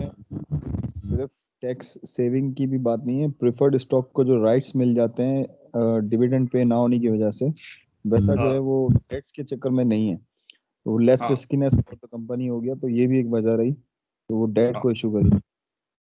हाँ, तो और जो टैक्स सेविंग से होती थी वो यानी कि एक बहुत बड़ा फैक्टर है कि अब अगर वो बराबर हो गया, दोनों की टैक्स ट्रीटमेंट मोर और लेस बराबर हो गई, तो अब जो है वो प्रेफर्ड स्टॉक जो है वो कंपनीज इशू करती हैं और वो इन्वेस्ट करेंगी। वरना ये कि प्रेफर्ड स्टॉक को कोई इन्वेस्टर ही ना हाथ लगाए, बिकॉज उसमें डेट के हिसाब से जो है कम रेट मिल रहा था। तो इस वजह से इसको करने के लिए टैक्स अनॉमली को दुरुस्त किया गया है, और ये कंपनी के पॉइंट ऑफ व्यू से ये वो एक चीज एग्जांपल कही है कि recall a firm tax is 40%, after tax preferred stock का क्या होगा? 1 माइनस 0.7 70% वो एग्जाम्प्ट हो जाएगा, उसका टैक्स लगाएंगे तो 7.92 बनेगा। आफ्टर टैक्स डेट कितना होगा? अगर 10% मिल रहा है तो उसका तो वो 6% मिलेगा। तो after tax risk premium on preferred stock is 1.92। तो तो इस तरह से यू कैन कैलकुलेट, अगर केडी आपका 10% है और केपी इज 9%, तो आपका जो रिस्क प्रीमियम जो है वो प्रेफर्ड स्टॉक का वो इतना बन रहा होगा। तो इस तरह से you can calculate the after tax and before tax. ठीक है ना? और वो नॉर्मली जो इससे दुरुस्त हो गई। आखिरी कंपोनेंट है कंपोनेंट ऑफ इक्विटी। अब इसमें सवाल आता है कि कॉस्ट ऑफ इक्विटी के अंदर investor required the rate investor required on the issue of new common equity. ठीक है ना? तो ये इसको रेट कहेंगे कॉस्ट ऑफ इक्विटी का जो केएस जो है, this is the marginal cost of equity, और that is equity using retained earning. ठीक है ना? अब यहाँ पे रिटेन अर्निंग की बात की गई है, तो अब जो पहले हमने बात की थी कि इक्विटी जो है वो तो नई कॉस्ट वो है कि जब आप नया शेयर इशू करें उसकी कॉस्ट है। रिटेन अर्निंग की कौन सी कॉस्ट है? हमने यहाँ पे रिटेन अर्निंग को क्यों शामिल किया गया है? रिटेन अर्निंग की तो आपकी अपनी कंपनी की फर्म का पैसा है रिटेन किया हुआ, तो उसमें कॉस्ट कैसे शामिल होगी? कोई बताएगा?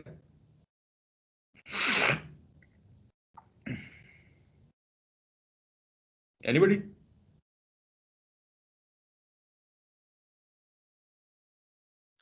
सर रिटेन अर्निंग जो रिजर्व्स हमने बढ़ाए हैं जिसकी वजह से हमारे मार्केट के अंदर, क्योंकि हमने डिविडेंड कम इशू किए थे और रिजर्व्स बढ़ाए थे, उसकी वजह से हमारा जो वो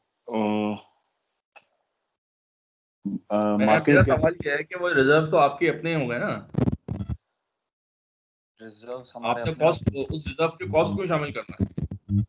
सर डेफिनेटली रिजर्व जब री इन्वेस्ट कर रहे हैं हम, उसके लिए हम कॉस्ट तो डिसाइड करेंगे ना रिक्वायर्ड रेट ऑफ रिटर्न के तौर पे। गिव अप कॉस्ट तो होगी ना सर, गिव अप कॉस्ट। नहीं, अब सवाल में मेरा पॉइंट ये है कि रिटेन अर्निंग की एक तो बेनिफिट है क्योंकि आपने वो पैसा कहीं इन्वेस्ट किया हुआ है, वो तो आपकी बेनिफिट है ना कंपनी का। मैं कह रहा हूँ कि जब आपने आप ये कह रहे हैं वो पैसा जो है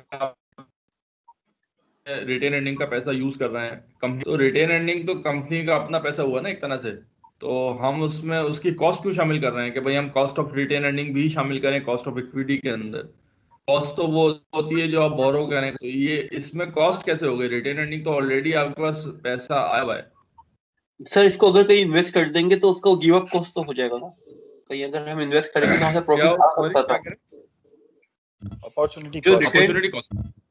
Yes, sir. लेकिन वो जो प्रॉफिट आ रहा है ना वो आप ये कह लें कि हाँ उसकी अपॉर्चुनिटी कॉस्ट हो सकती है कि आपने कहीं इन्वेस्ट किया हुआ था, लेकिन एक्चुअली वो पैसा जो आ रहा था वो क्या आपका अपना था? अगर नहीं, मतलब मैं एक पॉइंट कह रहा हूँ कि चलें आपने अपॉर्चुनिटी कॉस्ट डाल दी तो वो एक सेपरेट, एक यहाँ पे एक होना चाहिए प्लस करके अपॉर्चुनिटी कॉस्ट डालनी चाहिए, एक सेपरेट हेड होना चाहिए ना, क्योंकि वो कंपनी का अपना पैसा था। हमने वो डाल दिया इक्विटी की हेड में, तो इसका मतलब ये है कि हमने वो इक्विटी होल्डर के को डाल दिया कि हमने इक्विटी होल्डर से इतने पैसे लिए, तो हमें पे करना है वही इक्विटी होल्डर। सर ये वही कॉस्ट होगी जो कि हम इसको दे रहे हैं, वैक को दे रहे हैं। Cost of equity he return earning की कॉस्ट होगी।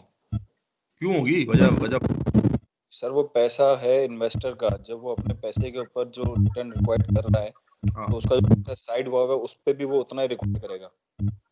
हाँ, अब आप ये इसकी इसकी इसका आंसर यही है कि वो जो रिटेन अर्निंग जो होती है एक्चुअली वो क्या होता है कि वो आपने पैसा इन्वेस्टर से ही बोरो किया होता है, ठीक है? तो इन्वेस्टर इज एक्सपेक्ट कि आप उस पैसे को ऐसी जगह लगाएं कि जहाँ पे जो है जो रिक्वायर्ड रेट ऑफ रिटर्न है उतना मुझे पैसा मिल जाए, ठीक है? तो एक्चुअली फिर आप जब अगर अगर इस पैसे को लेट सपोज कोई कॉस्ट शामिल ना करें तो आप ऐसे प्रोजेक्ट को भी सेलेक्ट कर लेंगे। फॉर एग्जांपल इसकी कॉस्ट जीरो कर दें तो क्या होगा कि आप ऐसे प्रोजेक्ट को भी सेलेक्ट कर लेंगे जिसका रिटर्न इन्वेस्टर के रिक्वायर्ड रेट ऑफ रिटर्न से कम होगा। सही है ना? फॉर एग्जाम्पल अगर हमने अपॉर्चुनिटी कॉस्ट डाल दी, जैसे अगर आपने वो पैसा बैंक में रखा हुआ था 5% मिल रहा था उस पर, तो अगर आपने वो पैसा एज अ कॉस्ट डालेगी तो वो रिक्वायर्ड रेट ऑफ रिटर्न से कम होगा इन्वेस्टर के, जबकि आपने इन्वेस्टर से जो पैसा लिया है वो इस शर्त पे लिया है कि आप हम आपको उतने पैसे यानी उतना रिटर्न देंगे जितना आपका बाकी यानी कि जो आपका रिक्वायर्ड रेट ऑफ रिटर्न। तो उस केस में क्या होगा कि investor will share sell your share और your value of equity will go down. तो इस वजह से जो है हम ये कहते हैं कि वो जो पैसा है वो उस रेट पे लगे जिस रेट जो इन्वेस्ट हमने उसकी कॉस्ट जो है अब शामिल करने के बाद, क्योंकि वैक बढ़ जाएगा तो वो जो वैक अपना आप सिर्फ ऐसे प्रोजेक्ट सेलेक्ट करेंगे कि रिटर्न होगा कि जो उस वैक को संभाल सके, यानी वैक के ऊपर एडिशनल रिटर्न हो, ठीक है ना? That is why we have to include cost of retain earning as in common equity. बात समझ में आई? जी सर बिल्कुल इक्वल ही हुआ ना रिटर्न अर्निंग की कॉस्ट और उसकी कैपिटल की कॉस्ट। हाँ। इक्वल हुआ, ये फ्लोटेशन कॉस्ट का फर्क होगा, बाकी सब इक्वल होगा, ठीक है ना? तो ये हमने यही बात की है कि इन्वेस्टर जो है वो डिविडेंड पे करता है, रीपरचेज भी करता है। ये investor would by other securities, अगर आपको रिटर्न बेहतर नहीं मिला तो कहीं और से बाय कर लेगा। अगर आप वो रिटेन करते हैं तो आप एक्चुअली इन्वेस्टर से बोरो कर रहे होते हैं। That is why you can, यानी आप केएस जो है रिटेन अर्निंग पे रख रहे होते हैं। अच्छा, आप केएस निकालेंगे कैसे, वो हमने तरीके बताए, मैं ये डिस्कस किया हुआ है। कैपिम से निकाल सकते हैं, रिस्क फ्री में आपने ऐड कर दिया बीटा वगैरह। दूसरा ऑप्शन ये डिविडेंड डिस्काउंट, ये जो हमने निकाला है कांस्टेंट ग्रोथ असम्पशन के साथ।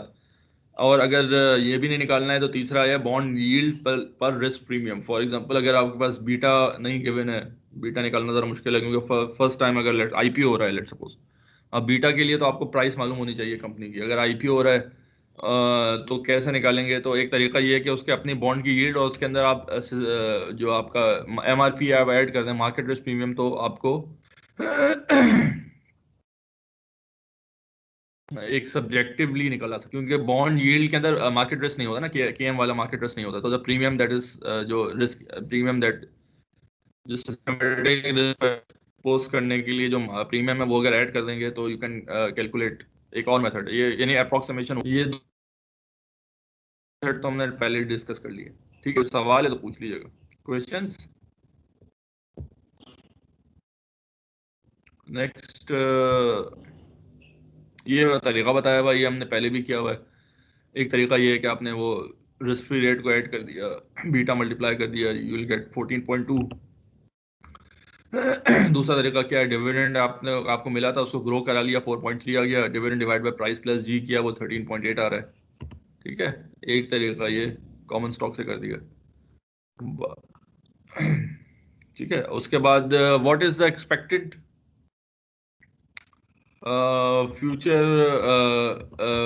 what is the expected future growth rate? Firm is earning 15% on equity ROE return। अब सवाल ये है कि वो ये जो सवाल था ना इसके अंदर जी हमने लिखा था 5%, ये कैसे निकलेगा? What is the expected future growth rate? Ji calculate करने के लिए हमने क्या कर सकते हैं, ये कि 15% आपका आरओई है। जी निकालने का तरीका क्या होता है, आरओई को मल्टीप्लाई करते हैं रिटेंशन रेट से। रिटेंशन रेट जो है, आपने कहा कि यू आर रिटेनिंग 35, तो अगर आरओई का 35% निकालेंगे तो दैट विल बी जी 5.25%। जैसे आपने आरओई 15%, उसका 35% रिटेन कर लिया, बाकी आपने पे आउट कर लिया, तो जितना रिटेन करेंगे उतना ग्रो होगा। ठीक है ना? यानी इसका लॉजिक ये है कि आपने R O is the total return जो आपने कमाया 15%। ठीक है ना, उसमें से 15% में से 5% आपने जो रिटेन कर लिया, यानी कि रिटेन अर्निंग में डाल दिया, और बाकी जो आपने डिविडेंड में दे दिया। जब आपने रिटेन अर्निंग में डाला तो वो आपने अपने यानी कि नए प्रोजेक्ट्स में इन्वेस्ट कर दिया। जब आपने नए प्रोजेक्ट्स में इन्वेस्ट किया तो क्या हुआ, वो अगले साल के डिविडेंड्स को बढ़ा देगी। तो अगले साल के डिविडेंड को बढ़ाते रहेंगे तो जो कम्युलेटिव इफेक्ट आएगा उसका इफेक्ट, वो ग्रोथ होगी। तो ऑलमोस्ट जितना आपने सेव किया है उतना ही अमाउंट जो है आपकी फर्म की वैल्यू बढ़ जाएगी। ठीक है ना? तो इस लिहाज से हमने जो है जी निकाला 5.25%। इसमें किसी को कुछ पूछना है? मेरा ख्याल है कांस्टेंट ग्रोथ और नेगेटिव ग्रोथ और नॉन कांस्टेंट ग्रोथ, इन तीनों में एक ही फॉर्मूला लगेगा जी निकालने के लिए। नहीं, ये जो इस वक्त जो बात हो रही है ना, जैसे एक तो वो है कि जो नॉन कांस्टेंट है, यानी आप ये समझ लें जनरल बात हो रही है, यानी इसमें कांस्टेंट नॉन कांस्टेंट की बात नहीं है। ग्रोथ यानी किसी में भी इसको अप्लाई कर सकते हैं। जैसे फॉर एग्जांपल आपने नॉन कांस्टेंट है, शुरू का एरिया है, उसमें जो है हो सकता है आपका पे आउट बहुत कम हो। जैसे फॉर एग्जांपल आरओई आपका ज़्यादा आ रहा हो, 30% आ रहा हो, let's suppose, and then you are retaining all of it, तो वो 30% ही ग्रो कराएगा, तो आपका जी भी 30% हो जाएगा। आगे फ्यूचर में मेच्योर हो जाता है तो आप ज़्यादातर पे कर रहे होते हैं डिविडेंड की फॉर्म में, तो आपकी रिटेंशन कम होती है। जब रिटेंशन कम होती है तो ग्रोथ भी कम होगी। तो ये एक जनरल फॉर्मूला है जो सब पे अप्लाई कर सकते हैं।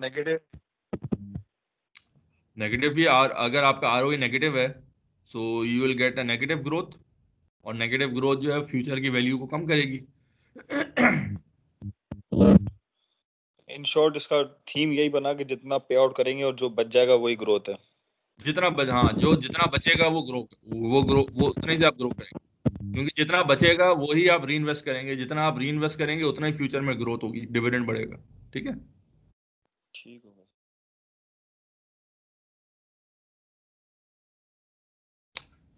डीएससीएफ मेथड नॉन कांस्टेंट ग्रोथ से आप निकाल सकते हैं, ये हमने पहले भी डिस्कस कर लिया। ये वाला जो था ना, can DCF methodology can be applied for a growth which is non constant, yes you can. जब तक के नॉन कांस्टेंट है उसको आपने ज्यादा कर लिया, बाकी कांस्टेंट है तो फिर आपने फॉर्मूला लगा दिया कांस्टेंट ग्रोथ का, and then you discount all at time 0। ये bond yield plus risk premium है। अगर हमने कहा कि डेट की जो रिटर्न है केडी आपका 10% है, constant growth and 4% risk premium जो आप इक्विटी इन्वेस्टर के लिए है, सिस्टमैटिक रिस्क के लिए, तो यू ऐड दैट विद 4%, तो 14% आपका रिटर्न आ सकता है। आपने तीनों तरीके से निकाल लिए, कैपम से निकाला 14.2 आ रहा है, डीसीएफ से निकाला 13.8 आ रहा है, और रिस्क प्रीमियम से निकाला 14 आ रहा है। इन सब का एवरेज कर लिया 14 है। तो आप ये भी कर सकते हैं कि आपने मुख्तलिफ तरीके से रिटर्न निकाला और उसका एवरेज कर लिया, तो हमने ये ले ली। यानी ये कोई हार्ड रूल नहीं है, कोई बंदा ये भी कर सकता है, कोई बंदा सिर्फ कैपम से कर सकता है, कोई बंदा इससे कर सकता है। थ्योरेटिकली ये सारी चीजें एक ही जगह कन्वर्ज होंगी, ठीक है। और सर कोई बंदा जो है ब्रोकेज हाउस से भी ले सकता है। अपने रिस्क पे ले सकता है, रिस्क आपका अपना हो। सही है। सही है ना। तो अब सवाल ये है कि आप if you are a investment manager, यानी कि हम तो एक कंपनी के पॉइंट ऑफ व्यू से कह रहे हैं ना, हम तो किसी बाहर के बंदे से बात नहीं कर रहे। तो कंपनी जो है अपने लिए जो कॉस्ट निकालेगी, कॉस्ट ऑफ इक्विटी, वो किस मेथड से निकालेगी? कैपम से भी निकाल सकती है, डीसीएफ से भी निकाल सकती है, इन सब से भी निकाल सकती है। अच्छा, अक्सर लोग एवरेज कर लेते हैं। एवरेज करने का मकसद ये होता है कि क्योंकि इन सब के अंदर सब्जेक्टिवनेस बहुत ज़्यादा होती है, तो अगर कोई गलत निकल आया और ये इतना ज़्यादा मैटर करता है कि इसमें हल्का सा भी पॉइंट का भी जो फ़र्क होता है वो आपकी वैल्यू में बहुत बड़ा फ़र्क डालता है, जिसकी वजह से आप बड़े अच्छे अच्छे प्रोजेक्ट भी कभी मिस कर देते हैं। तो इस वजह से जो है ना, आपको रिग्रेट ना हो, इसलिए जो है ना आप जो है एक एवरेज ले लेते हैं, to be on a safe side आप ये कह लें। आपकी गर्दनें बच जाती हैं बस इस आम जमाने में, ठीक है। अगर पार हो गए तो पार हो गए, वरना फिर हार हो गए। मैंने आपको बताया ना, एक फिलॉसफी बताई कि ये जितना ज्यादा आप काम करेंगे, जितना एफिशिएंसी होगी, उसमें जितनी गलती होगी वो देखी जाएगी, ठीक है। तो it's better to be on a safe side. To be on a hero side. नहीं, हीरो हीरो हीरो जो है ना, हीरो बनना तो आसान है, हीरो बन के मेंटेन करना बड़ा मुश्किल काम, ठीक है ना। तो जिस वक्त आपने हीरो नहीं हुआ है तो फिर आपको जीरो कर दिया जाता है। तो इस वजह से it's better not to be a hero and be on a safe side, ठीक है ना। आगे चलते हैं। Why cost of retain earning is cheaper than the cost of new stocks. हमने बात की कि दोनों की कॉस्ट एक है, लेकिन एक है कि कंपनी जब आप न्यू स्टॉक इशू करती है तो उसमें फ्लोटेशन कॉस्ट ऐड होती है, जबकि रिटेन अर्निंग में कोई फ्लोटेशन कॉस्ट नहीं है। तो इस वजह से retain earning is cheaper than issuing new stocks, ठीक है। तो फ्लोटेशन कॉस्ट कैसे इनकॉर्पोरेट करते हैं? जैसे फॉर एग्जांपल आपने रिटेन अर्निंग से तो आपने निकाल ली, फ्लोटेशन कॉस्ट के लिए क्या करेंगे? प्राइस, हमेशा रूल याद,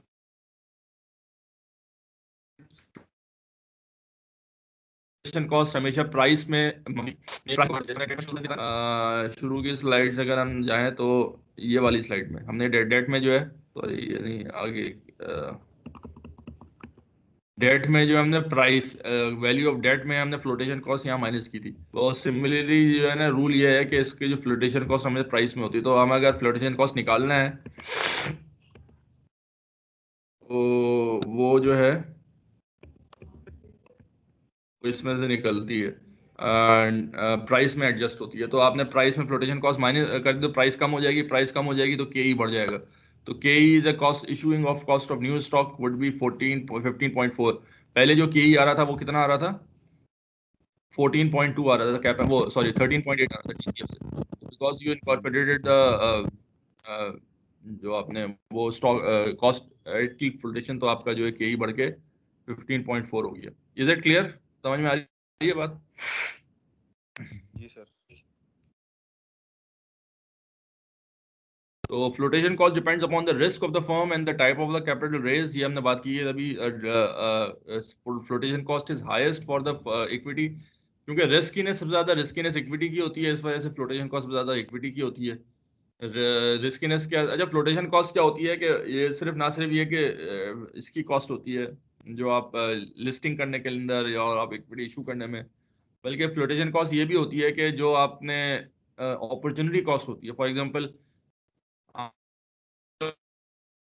वैल्यू थी विच इज अननोन इज 100, आपने जो इक्विटी 20 में 80 में रेज कर दी, तो 20 रुपए जो आपको एक्स्ट्रा मिल सकते हैं जो आपको नहीं मिले, वो भी फ्लोटेशन कॉस्ट ही कहलाएगी। तो not raising the equity at the right time, तो वो भी फ्लोटेशन कॉस्ट होगी। तो डेफिनेटली अगर उस सेंस में देखा जाए तो रिस्कीनेस क्योंकि इसमें ज़्यादा होती है इक्विटी के अंदर, तो इसमें फ्लोटेशन कॉस्ट ज़्यादा होती है।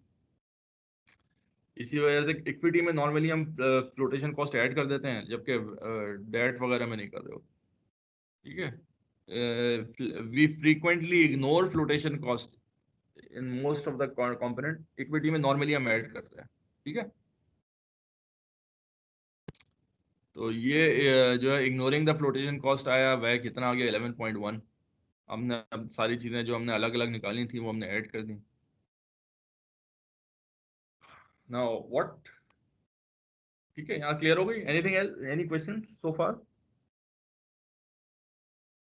बात समझ में आ रही है? कहते कि डेट के अंदर जो है फ्लोटिंग कॉस्ट को इग्नोर करते हैं, या वैक के अंदर भी कर दिया। रीजन अगर देखें तीनों के अंदर फ्लोटेशन कॉस्ट होती है, के डी में भी होती है, के पी में भी होती है और के एस में भी होती है। तो आप ये भी कर सकते हैं कि डेट और के पी में इग्नोर कर लें, के पी और के डी में और के एस में शामिल कर लें। अच्छा, ये भी हो सकता है कि आप सब में इग्नोर कर लें। ये एक तरीका तो ये होता है कि अब फॉर एग्जांपल अब फ्लोटेशन कॉस्ट जो है, फॉर एग्जांपल आपका जो है डेट टू इक्विटी रेशियो 60-40 है, तो 40% आपको इक्विटी से रेज करना है। ठीक है, तो अब अगर 100 मिलियन का प्रोजेक्ट है तो 40 मिलियन इक्विटी से करना है, तो क्या सारे 40 मिलियन में फ्लोटेशन कॉस्ट लगेगी या उसमें से कम पे लगेगी? जी, कोई बताएगा? 40 मिलियन में है, तो अगर रिटेन अर्निंग से हम रेस कर रहे हैं तो फ्लोटेशन कॉस्ट तो आई नहीं। हाँ, और अगर हम जो है नहीं वो आई तो एग्जैक्टली। तो पहले क्या करेंगे, रूल क्या होता है, पहले ये होता है कि चीपेस्ट फॉर्म को यूटिलाइज करेंगे पहले। तो अगर आप ये देखेंगे कि आपको 40 मिलियन इक्विटी से यूज करना है, तो आपने देखेंगे आपके पास रिटेन अर्निंग कितनी पड़ी है। लेट्स सपोज अगर आपकी रिटेन अर्निंग 30 मिलियन की पड़ी हुई है, तो आपको सिर्फ 10 मिलियन इक्विटी से रेज करना है। तो आपने जो फ्लोटेशन कॉस्ट लगेगी वो सिर्फ 10 मिलियन पर लगेगी आउट ऑफ टोटल 100। क्या आपने बाकी 30 मिलियन रिटेन अर्निंग से रेज कर लिया, तो रिटेन अर्निंग से तो कोई फ्लो, ठीक है। तो ये देखना पड़ेगा, अगर आप इनकॉर्पोरेट कर रहे हैं फ्लोटेशन कॉस्ट पहले आपको निकालना पड़ेगा कितने परसेंट ऑफ इक्विटी पे लग रही है। ठीक है, उसी हिसाब से लगाएंगे। क्लियर है? कोई सवाल?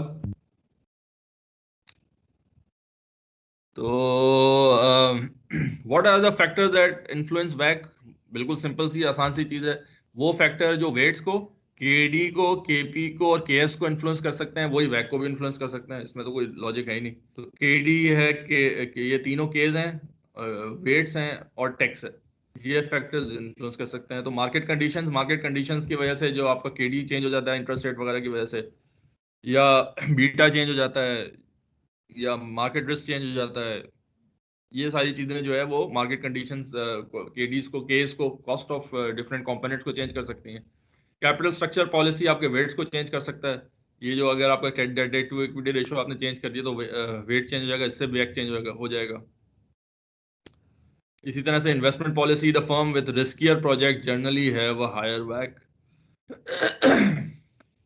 आपकी इन्वेस्टमेंट पॉलिसी जो है वो भी कैपिटल स्ट्रक्चर पर डिपेंड करती है। ठीक है ना, फर्म जो जिसमें रिस्कियर प्रोजेक्ट्स होते हैं उसमें जाहिर बात है आपका के ई भी ज़्यादा होगा, क्योंकि कैपिटल स्ट्रक्चर जो है आपका अगर ज़्यादा होगा, यानी कि वो you are a very riskier investor है, तो आप क्या करेंगे, आपकी जो जो आपका कैपिटल होगा उसके अंदर डेट ज़्यादा होगी। जब डेट ज़्यादा होगी तो उसकी वजह से कॉस्ट ऑफ डेट भी बढ़ जाएगी और कॉस्ट ऑफ इक्विटी भी बढ़ जाएगी, क्योंकि जब डेट ज़्यादा होती है तो आपका बीटा वगैरह बढ़ जाता है, लीवर्ड बीटा कहते हैं जिसको। तो जब ये दोनों चीज़ें बढ़ जाएंगी तो व्हाट विल हैपन, आपकी जो है ना वैग भी बढ़ जाएगा। तो इन्वेस्टमेंट पॉलिसी जो मैंने आपको बताई ना, जो debt to equity ratio is actually the personality of the firm, तो वो अभी इन्होंने इस फॉर्म में बताया है कि इट्स अ इन्वेस्टमेंट पॉलिसी। तो आप रिस्कियर इन्वेस्टर हैं या आप बड़ा risk averse type of investor हैं, इस पर डिपेंड करेगा। क्लियर है? क्वेश्चंस? आगे चलें। एक सवाल और आता है, should the company use composite वैक as a hurdle rate for each project? इसका मतलब ये है कि एक तो वैक होता है जो कंपनी का निकलता है और एक होता है प्रोजेक्ट का, दो वैक निकल सकते हैं ना। फॉर एग्जांपल अगर आप कोई प्रोजेक्ट यूज कर रहे हैं तो उस प्रोजेक्ट के लिए अगर आप डेट इशू करें उसकी कॉस्ट क्या है, इक्विटी इशू करें उसकी कॉस्ट क्या है, उससे आप वैक निकालें। एक ये होता है कंपनी की अपनी टोटल डेट और टोटल इक्विटी की कॉस्ट क्या है, उससे आप वैक निकाल लें। तो एक सवाल ये है कि क्या आप ये ना करें कि कंपनी का जो वैक है वो ही एज अ हर्डल रेट रखें फॉर ईच प्रोजेक्ट। सवाल समझ में आ गया? जी सर। तो अब इसका आंसर क्या है कि जारी बात है नहीं है, क्योंकि आपका कॉस्ट एंड बेनिफिट एनालिसिस होता है। तो कॉस्ट अगर आपने सबकी सेम रख ली तो क्या होगा, अगर सबका हर्डल रेट सेम रख लिया तो फॉर एग्जांपल जो ज़्यादा रिस्कियर प्रोजेक्ट होंगे वो आप ज़्यादा सेलेक्ट कर लेंगे और कम रिस्कियर को नहीं करेंगे सेलेक्ट, बिकॉज आपने तो वैग शुड बी कंपोजिट वैग ना रखें। कंपोजिट वैग reflect the risk of an average project, therefore वैग only represent the hurdle rate for a typical project of with an average risk. So different projects have different risk. Project WAC should be adjusted to reflect that to the project risk. तो आप जो है WAC जो है project wise जो है उसको यहाँ पे होना चाहिए companies WAC should be adjusted. यहाँ प्रोजेक्ट नहीं होना चाहिए, कंपनीज WAC होना चाहिए, कंपोजिट WAC होना चाहिए, ठीक है ना। तो कंपोजिट WAC जो है उसको आप प्रोजेक्ट रिस्क के हिसाब से एडजस्ट भी कर सकते हैं। फॉर एग्जांपल अगर कोई प्रोजेक्ट ज़्यादा रिस्की है और आप कंपनी WAC को ही यूज़ कर रहे हैं तो आप उसी कंपनी WAC में ही जो है वो उसको एडजस्ट कर दें विद अ रिस्की प्रोजेक्ट, ठीक है। तो सर कंक्लूडेड आंसर नहीं समझ आया इसका मुझे। नहीं, इसका इसका ये है कि एक WAC नहीं होना चाहिए, रिस्क के हिसाब से WAC चेंज होना चाहिए। अगर आपकी कंपनी जो है वो कम रिस्की प्रोजेक्ट पे काम कर रही है लेकिन आप जो अभी जो नया प्रोजेक्ट स्टार्ट कर रहे हैं वो ज़्यादा रिस्की है, तो आप अपने WAC को जो है उस रिस्क के हिसाब से एडजस्ट करें। इसका आंसर ये नहीं है कि कंपनी का वही WAC आपने नए हाई रिस्की प्रोजेक्ट पे भी अप्लाई कर दिया। सर फॉर ये एग्जाम्पल कैसे आप बताएंगे? रिस्क जो हमने एडजस्ट किया है एज हाँ पर प्रोजेक्ट, यानी एडिशनल रिस्क के लिए एडिशनल प्रीमियम देंगे डेफिनेटली, पर हाँ, तो आपने WAC बढ़ जाएगा ना, बैग इंक्रीज हो जाएगा बिल्कुल। ठीक ठीक है हो ना। तो गया। अगर आपने WAC इंक्रीज नहीं किया तो आप बायस्ड हो जाएंगे towards the selection of higher risk project, ठीक है ना। बिल्कुल ठीक। सही है। अब ये देख लें रिस्क ये आप जितना रिस्क ज़्यादा होगा उतना आपका WAC यानी रेट ऑफ रिटर्न जो है वो बढ़ता रहेगा।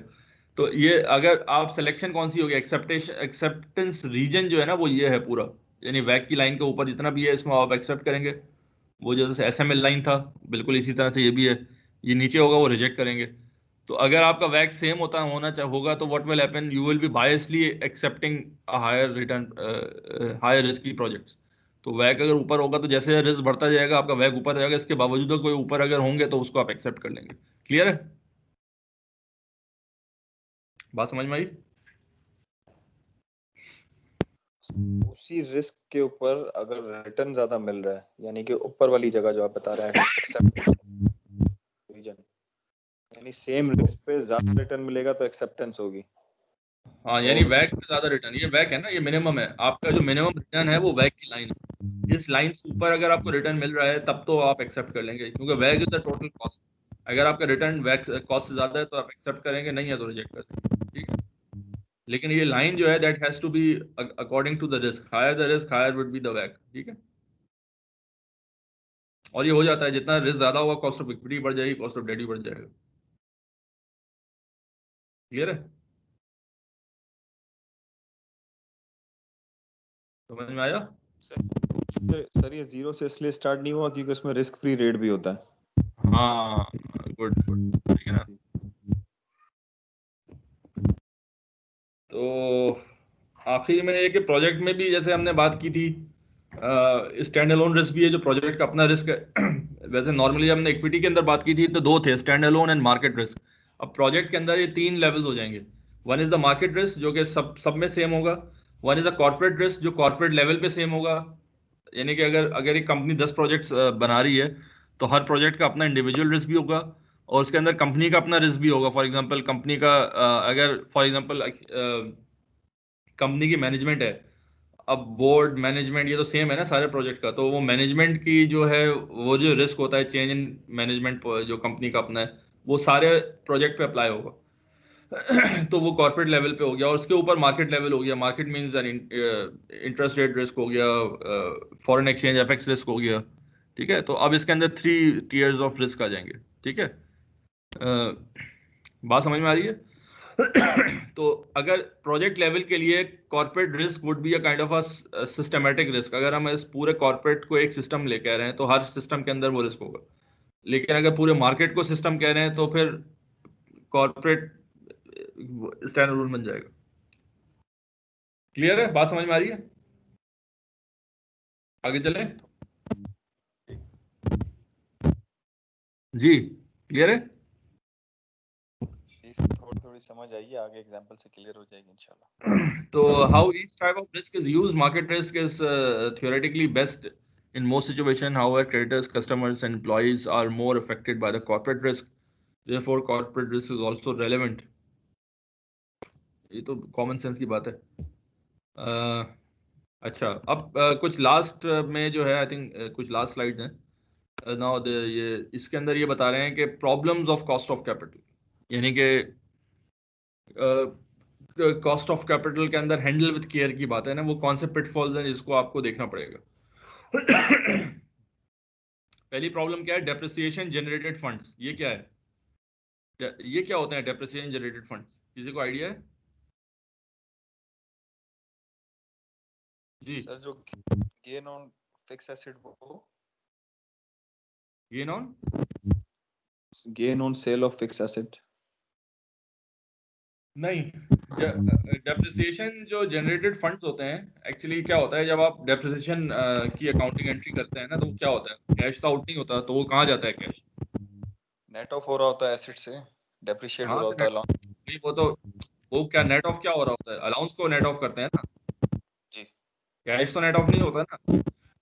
फॉर एग्जांपल आपने जो है इनकम में से कैश निकाल के डेप्रिसिएशन में, अब डेप्रिसिएशन की एंट्री क्या करते हैं? हम कहते हैं ना depreciation expense debit allowance for depreciation allowance, ये करते हैं ना। कॉन्ट्रा एसेट अकाउंट होता है, एसेट को डिक्रीज करता है। हाँ, तो अलाउंस होता है ना वो, यानी वो एक काउंटर एसेट अकाउंट हो गया। मेरा कहने का मतलब ये है कि आपने एक इनकम में से एक एक्सपेंस कर दिया, जब आपने एक्सपेंस कर दिया तो उसका कैश आपके पास आ गया ना, वो कैश आपने कहाँ डाल दिया? वो एक काउंटर एसेट में डाल दिया अलाउंस। दैट मींस कि आपका एक फंड बन गया डेप्रिसिएशन। बात समझ में आ रही है? यू हैव अ कैश, यानी कि उसके अगेंस्ट आपका कैश पड़ा हुआ है। इसलिए जब फ्री कैश फ्लो निकालते हैं दूसरे हमने कैश बेस करते हैं तो डेप्रिसिएशन ऐड कर देते हैं। व्हाई? बिकॉज उसका कैश आउट ही नहीं हुआ, यही होता है ना। सही है। तो दैट मींस कि आपके पास डेप्रिसिएशन के बहुत ज्यादा फंड पड़े हुए हैं। अगर आपने ये फंड्स जो हैं प्रोजेक्ट में लगा दिए, सर कैसे लगा सकते हैं ये फंड? तो सिर्फ नंबर में आप कह रहे हैं कि चले अलाउंस के अंदर जो एक हेड क्रिएट हुआ जिसके अंदर ये डेप्रिशिएट होके ऐड होके खड़े हो गए, एक्चुअल तो वो फंड अवेलेबल ही नहीं ना, उसके तो एसेट यूज हो गया, उसकी कहाँ यूज हो लाइफ गया? यूज नहीं, एसेट कैसे यूज हो गया? आपने फंड क्रिएट कैसे किया? मशीनरी परचेज की 10 मिलियन हाँ, की, हाँ, ठीक है, तो मैंने 10 साल के अंदर जो है डेप्रिशिएट कर दिया 1 मिलियन पर ईयर ईच। अब अगर मैं 5वें साल पे खड़ा हुआ हूँ तो 5 हाँ। मिलियन मेरे डेप्रिसिएशन में खड़ा हुआ है, 5 मिलियन मेरा एसेट के अंदर खड़ा हुआ है। अब मैं ये कैसे कह सकता हूँ कि नए प्रोजेक्ट के लिए मैं अलाउंस के 5 मिलियन को यूज कर लूं? वो तो मैं ऑलरेडी करके चले, ठीक है, non fund non cash item था, लेकिन इन एक्चुअल भी नहीं है मेरे पास क्योंकि वो तो यूटिलाइज हो गया। नहीं, तो 5 मिलियन जो पड़ा हुआ है वो आपके कैश के फॉर्म में पड़ा हुआ है ना।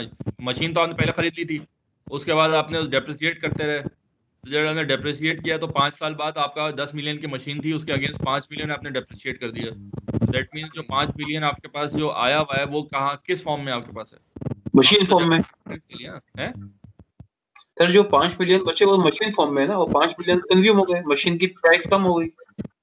प्राइस कम आपने बेची नहीं, मशीन तो आपके पास मौजूद है।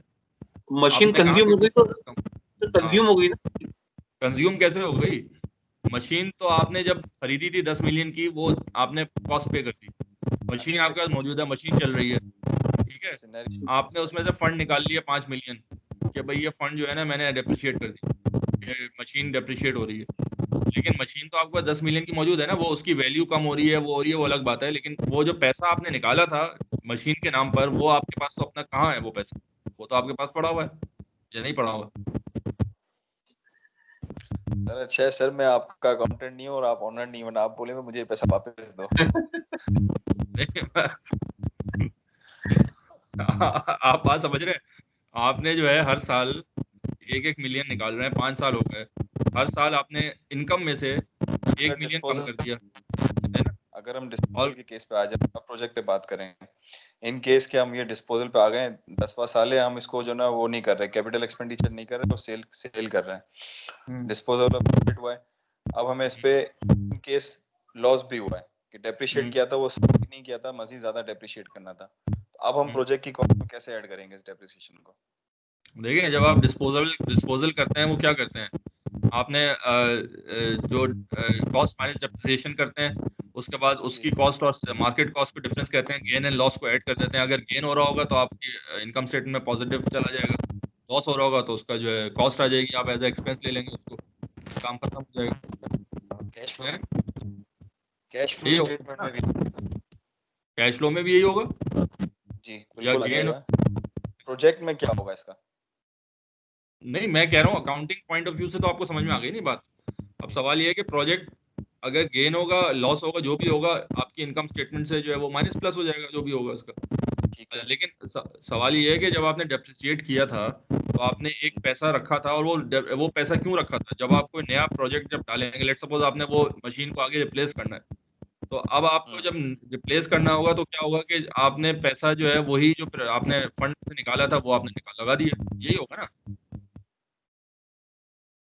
आप यस इसी वजह से आपने रखा था ना कि आपने जो है ताकि वो पैसा जो है 10 इयर्स के बाद हमें मशीन परचेस करनी होगी, वो पैसा हाँ, इसलिए रखा था। वो इसलिए रखा था ना, तो इसका मतलब है ये पैसा आपके पास रखा हुआ है ना, तो ठीक 5 हो साल गया, हो गए आपके पास पैसा मौजूद है, ये 10 साल तक आपके पास पैसा मौजूद रहेगा, यही है ना? बिल्कुल बिल्कुल बिल्कुल तो समझ यही है गया। बात। इसका बात समझ में आ गई? तेरी कैश पैसा कहीं नहीं गया आपके पास से, इसलिए इसको नॉन कैश कहते हैं। ठीक है, अब पैसा कहाँ पड़ा हुआ है आपके पास? कैश में पड़ा हुआ है, अकाउंट्स में पड़ा हुआ है। ठीक है, बात समझ में आ रही है? Yes sir. बिल्कुल क्या आगे न्यू परचेजिंग के लिए यही वाला अमाउंट यूज होगा डेफिनेटली। अच्छा, अब मैं एक और बात कहता हूँ आपसे, यहाँ तक बात समझ में आ गई? मैं कहता हूँ कि जो भी आपका, मैं कहता हूँ कि आप जब भी इंटरनली परचेज करेंगे, वो रिटर्न जो है वो वही देगा जो इंटरनल रिटर्न है आपका। फॉर एग्जांपल कंपनी का जो ROE बन रहा है वो 14% बन रहा है, तो जो भी परचेज आप करेंगे वो नया एसेट वो 14% ही देगा ना? है? सर एसेट से रिटर्न लेने हैं हम। यस मैं सर। यही कह रहा हूँ ना, जब आप रिप्लेस कर लेंगे एसेट तो वो भी 14% देगा जो आपका कंपनी का एवरेज रिटर्न है, यही है ना? यस सर बिल्कुल। ठीक है यही बात है ना? सर, अच्छा, आप क्या अगर मैं ये कहूँ कि आप कोई किसी भी, अगर आप मजीद सुने, अगर मैं कहूँ कि आप किसी भी ऐसे प्रोजेक्ट में इन्वेस्ट कर दें जो 14% दे रहा होगा, तो वो एज गुड है कि आपने वो उसमें इन्वेस्ट कर दिया जिसमें रिप्लेसमेंट जिससे आप रिप्लेस कर रहे हैं। यहाँ तक बात समझ में आई? मैं नया प्रोजेक्ट करूंगा ही क्यों, ज्यादा होना चाहिए ना। नहीं, मेरा पॉइंट ये है कि आपने जो वो पैसा बचा के रखा हुआ था वो इसलिए बचा के रखा था कि आपने उस मशीन को रिप्लेस करना है। ठीक है, एग्री।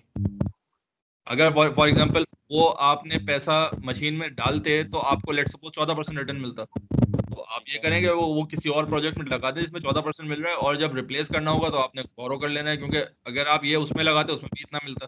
आप पॉइंट समझ रहे हैं बात? ठीक। और बोरोइंग कॉस्ट अगर लॉजिकली तो कम, बात हो सकती है ना? तो हाँ, कहने का बोरोइंग मकसद ये है कि कंपनी मैनेजमेंट के पास एक ऑप्शन ये होता है कि अगर कोई अच्छे प्रोजेक्ट आ रहा हो तो वो डेप्रिसिएशन का पैसा भी लगा दें उसमें। हालांकि it's not a very ethical चीज, मतलब मैं उसकी एथिक्स की बात नहीं कर रहा हूँ, मैं उसकी लॉजिक पे बात कर रहा हूँ। मेरे लिहाज से तो एथिकल नहीं है, क्योंकि जिस चीज के लिए आपने अकाउंट फॉर किया है वो उसी पे लगना चाहिए।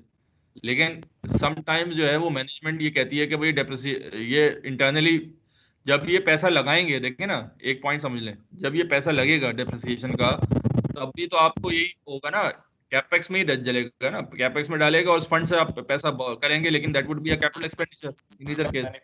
के डेप्रिसिएशन के अमाउंट यूज करना चाहिए, ये ज्यादा बेनिफिशियल हुआ, क्योंकि टाइम वैल्यू ऑफ मनी तो नहीं कर रहा ना डेप्रिसिएशन, तो उसको यूटिलाइज कर लिया जाए टाइमली, तो वो ज्यादा बेनिफिशियल है ना, बेनिफिशियल हो गया। तो समटाइम्स ऐसा होता है कि कंपनी जो है वो यूटिलाइज कर लेती है डेप्रिसिएशन जनरेटेड फंड को इन इन द कॉस्ट, बेसिकली जो नया कैपिटल रेज कर रहे हैं, नया प्रोजेक्ट डाल रहे हैं, उसमें ये भी यूटिलाइज कर लेती हैं।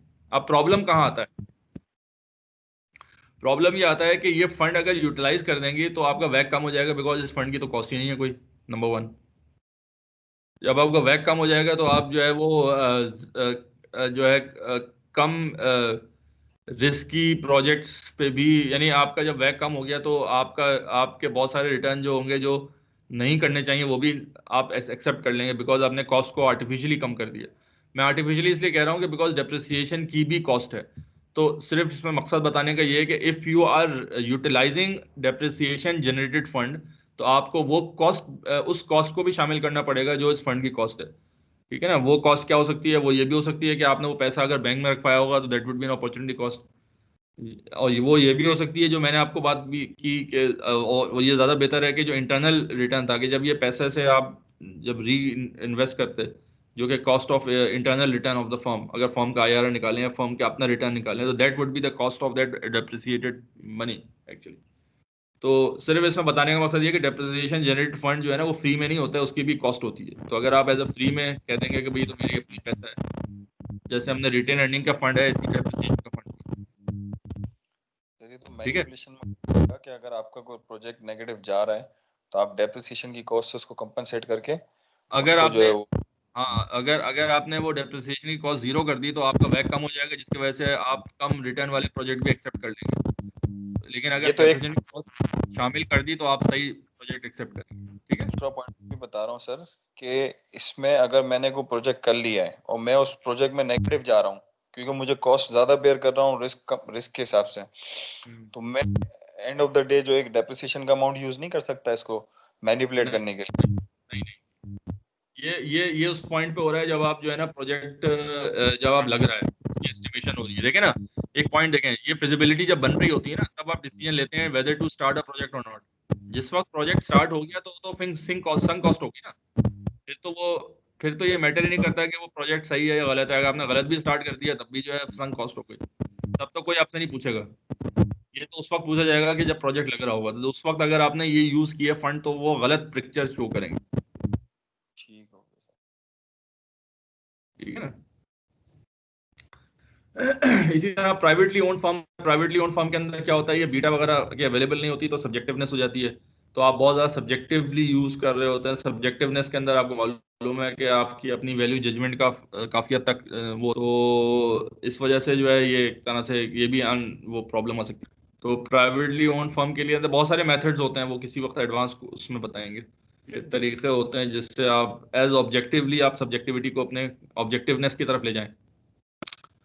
और मेजरमेंट प्रॉब्लम्स बहुत सारे, जैसे बीटा का प्रॉब्लम सेल्फ है थियोरेटिकली, वो जो आपने जिस प्रॉक्सी से बीटा निकाला है may be that is not the correct way. तो वो मैंने adjusting cost of capital with different risk, वही मैंने बात की, प्रोजेक्ट का रिस्क डिफरेंट हो सकता है तो उसको आप उसमें कर सकते हैं। कैपिटल स्ट्रक्चर वेट्स अगर आपके सही नहीं है, यानी कि समटाइम्स कैपिटल स्ट्रक्चर वेट जो है, अच्छा वेट हम क्यों बताते हैं, जिसमें हम long term capital cost minimum हो जाए ऑप्टिमाइजेशन के पॉइंट ऑफ व्यू से। तो अगर वेट सही नहीं है तो वो भी आपका कॉस्ट, आपकी वैक चेंज कर सकते हैं। तो ये सारी चीज़ें हैं जो हमने पहले भी थोड़े बहुत डिस्कस कर ली हैं। So these are the problem areas. ये हमने बात कर दी, सब्जेक्टिव एडजस्टमेंट्स हो सकती हैं रिस्क कंपोजिट वैक के अंदर। Attempt to estimate the division वैक निकाल लें और उसका आप वो निकाल लें। फॉर एग्जांपल सवाल ये है कि what how can you find a divisional cost of capital. तो ये सारी आपकी कंपनी का अपना कैपिटल स्ट्रक्चर और कंपनी का अपना वो है, you calculate the cost of equity. जैसे आपने कहा टारगेट कैपिटल स्ट्रक्चर वगैरह वो है, रिस्क प्रीमियम लिखा हुआ है, बीटा वगैरह लिखा हुआ है, तो आप उसको डिवीजन से भी निकाल सकते हैं। वही जो आपने कंपनी से किया वो आपने डिवीजन से भी, डिविजनल वैक भी कर लिया depending if you have the values. Clear है? तो बहरहाल, एनी क्वेश्चंस? सर डिवीजन क्या है?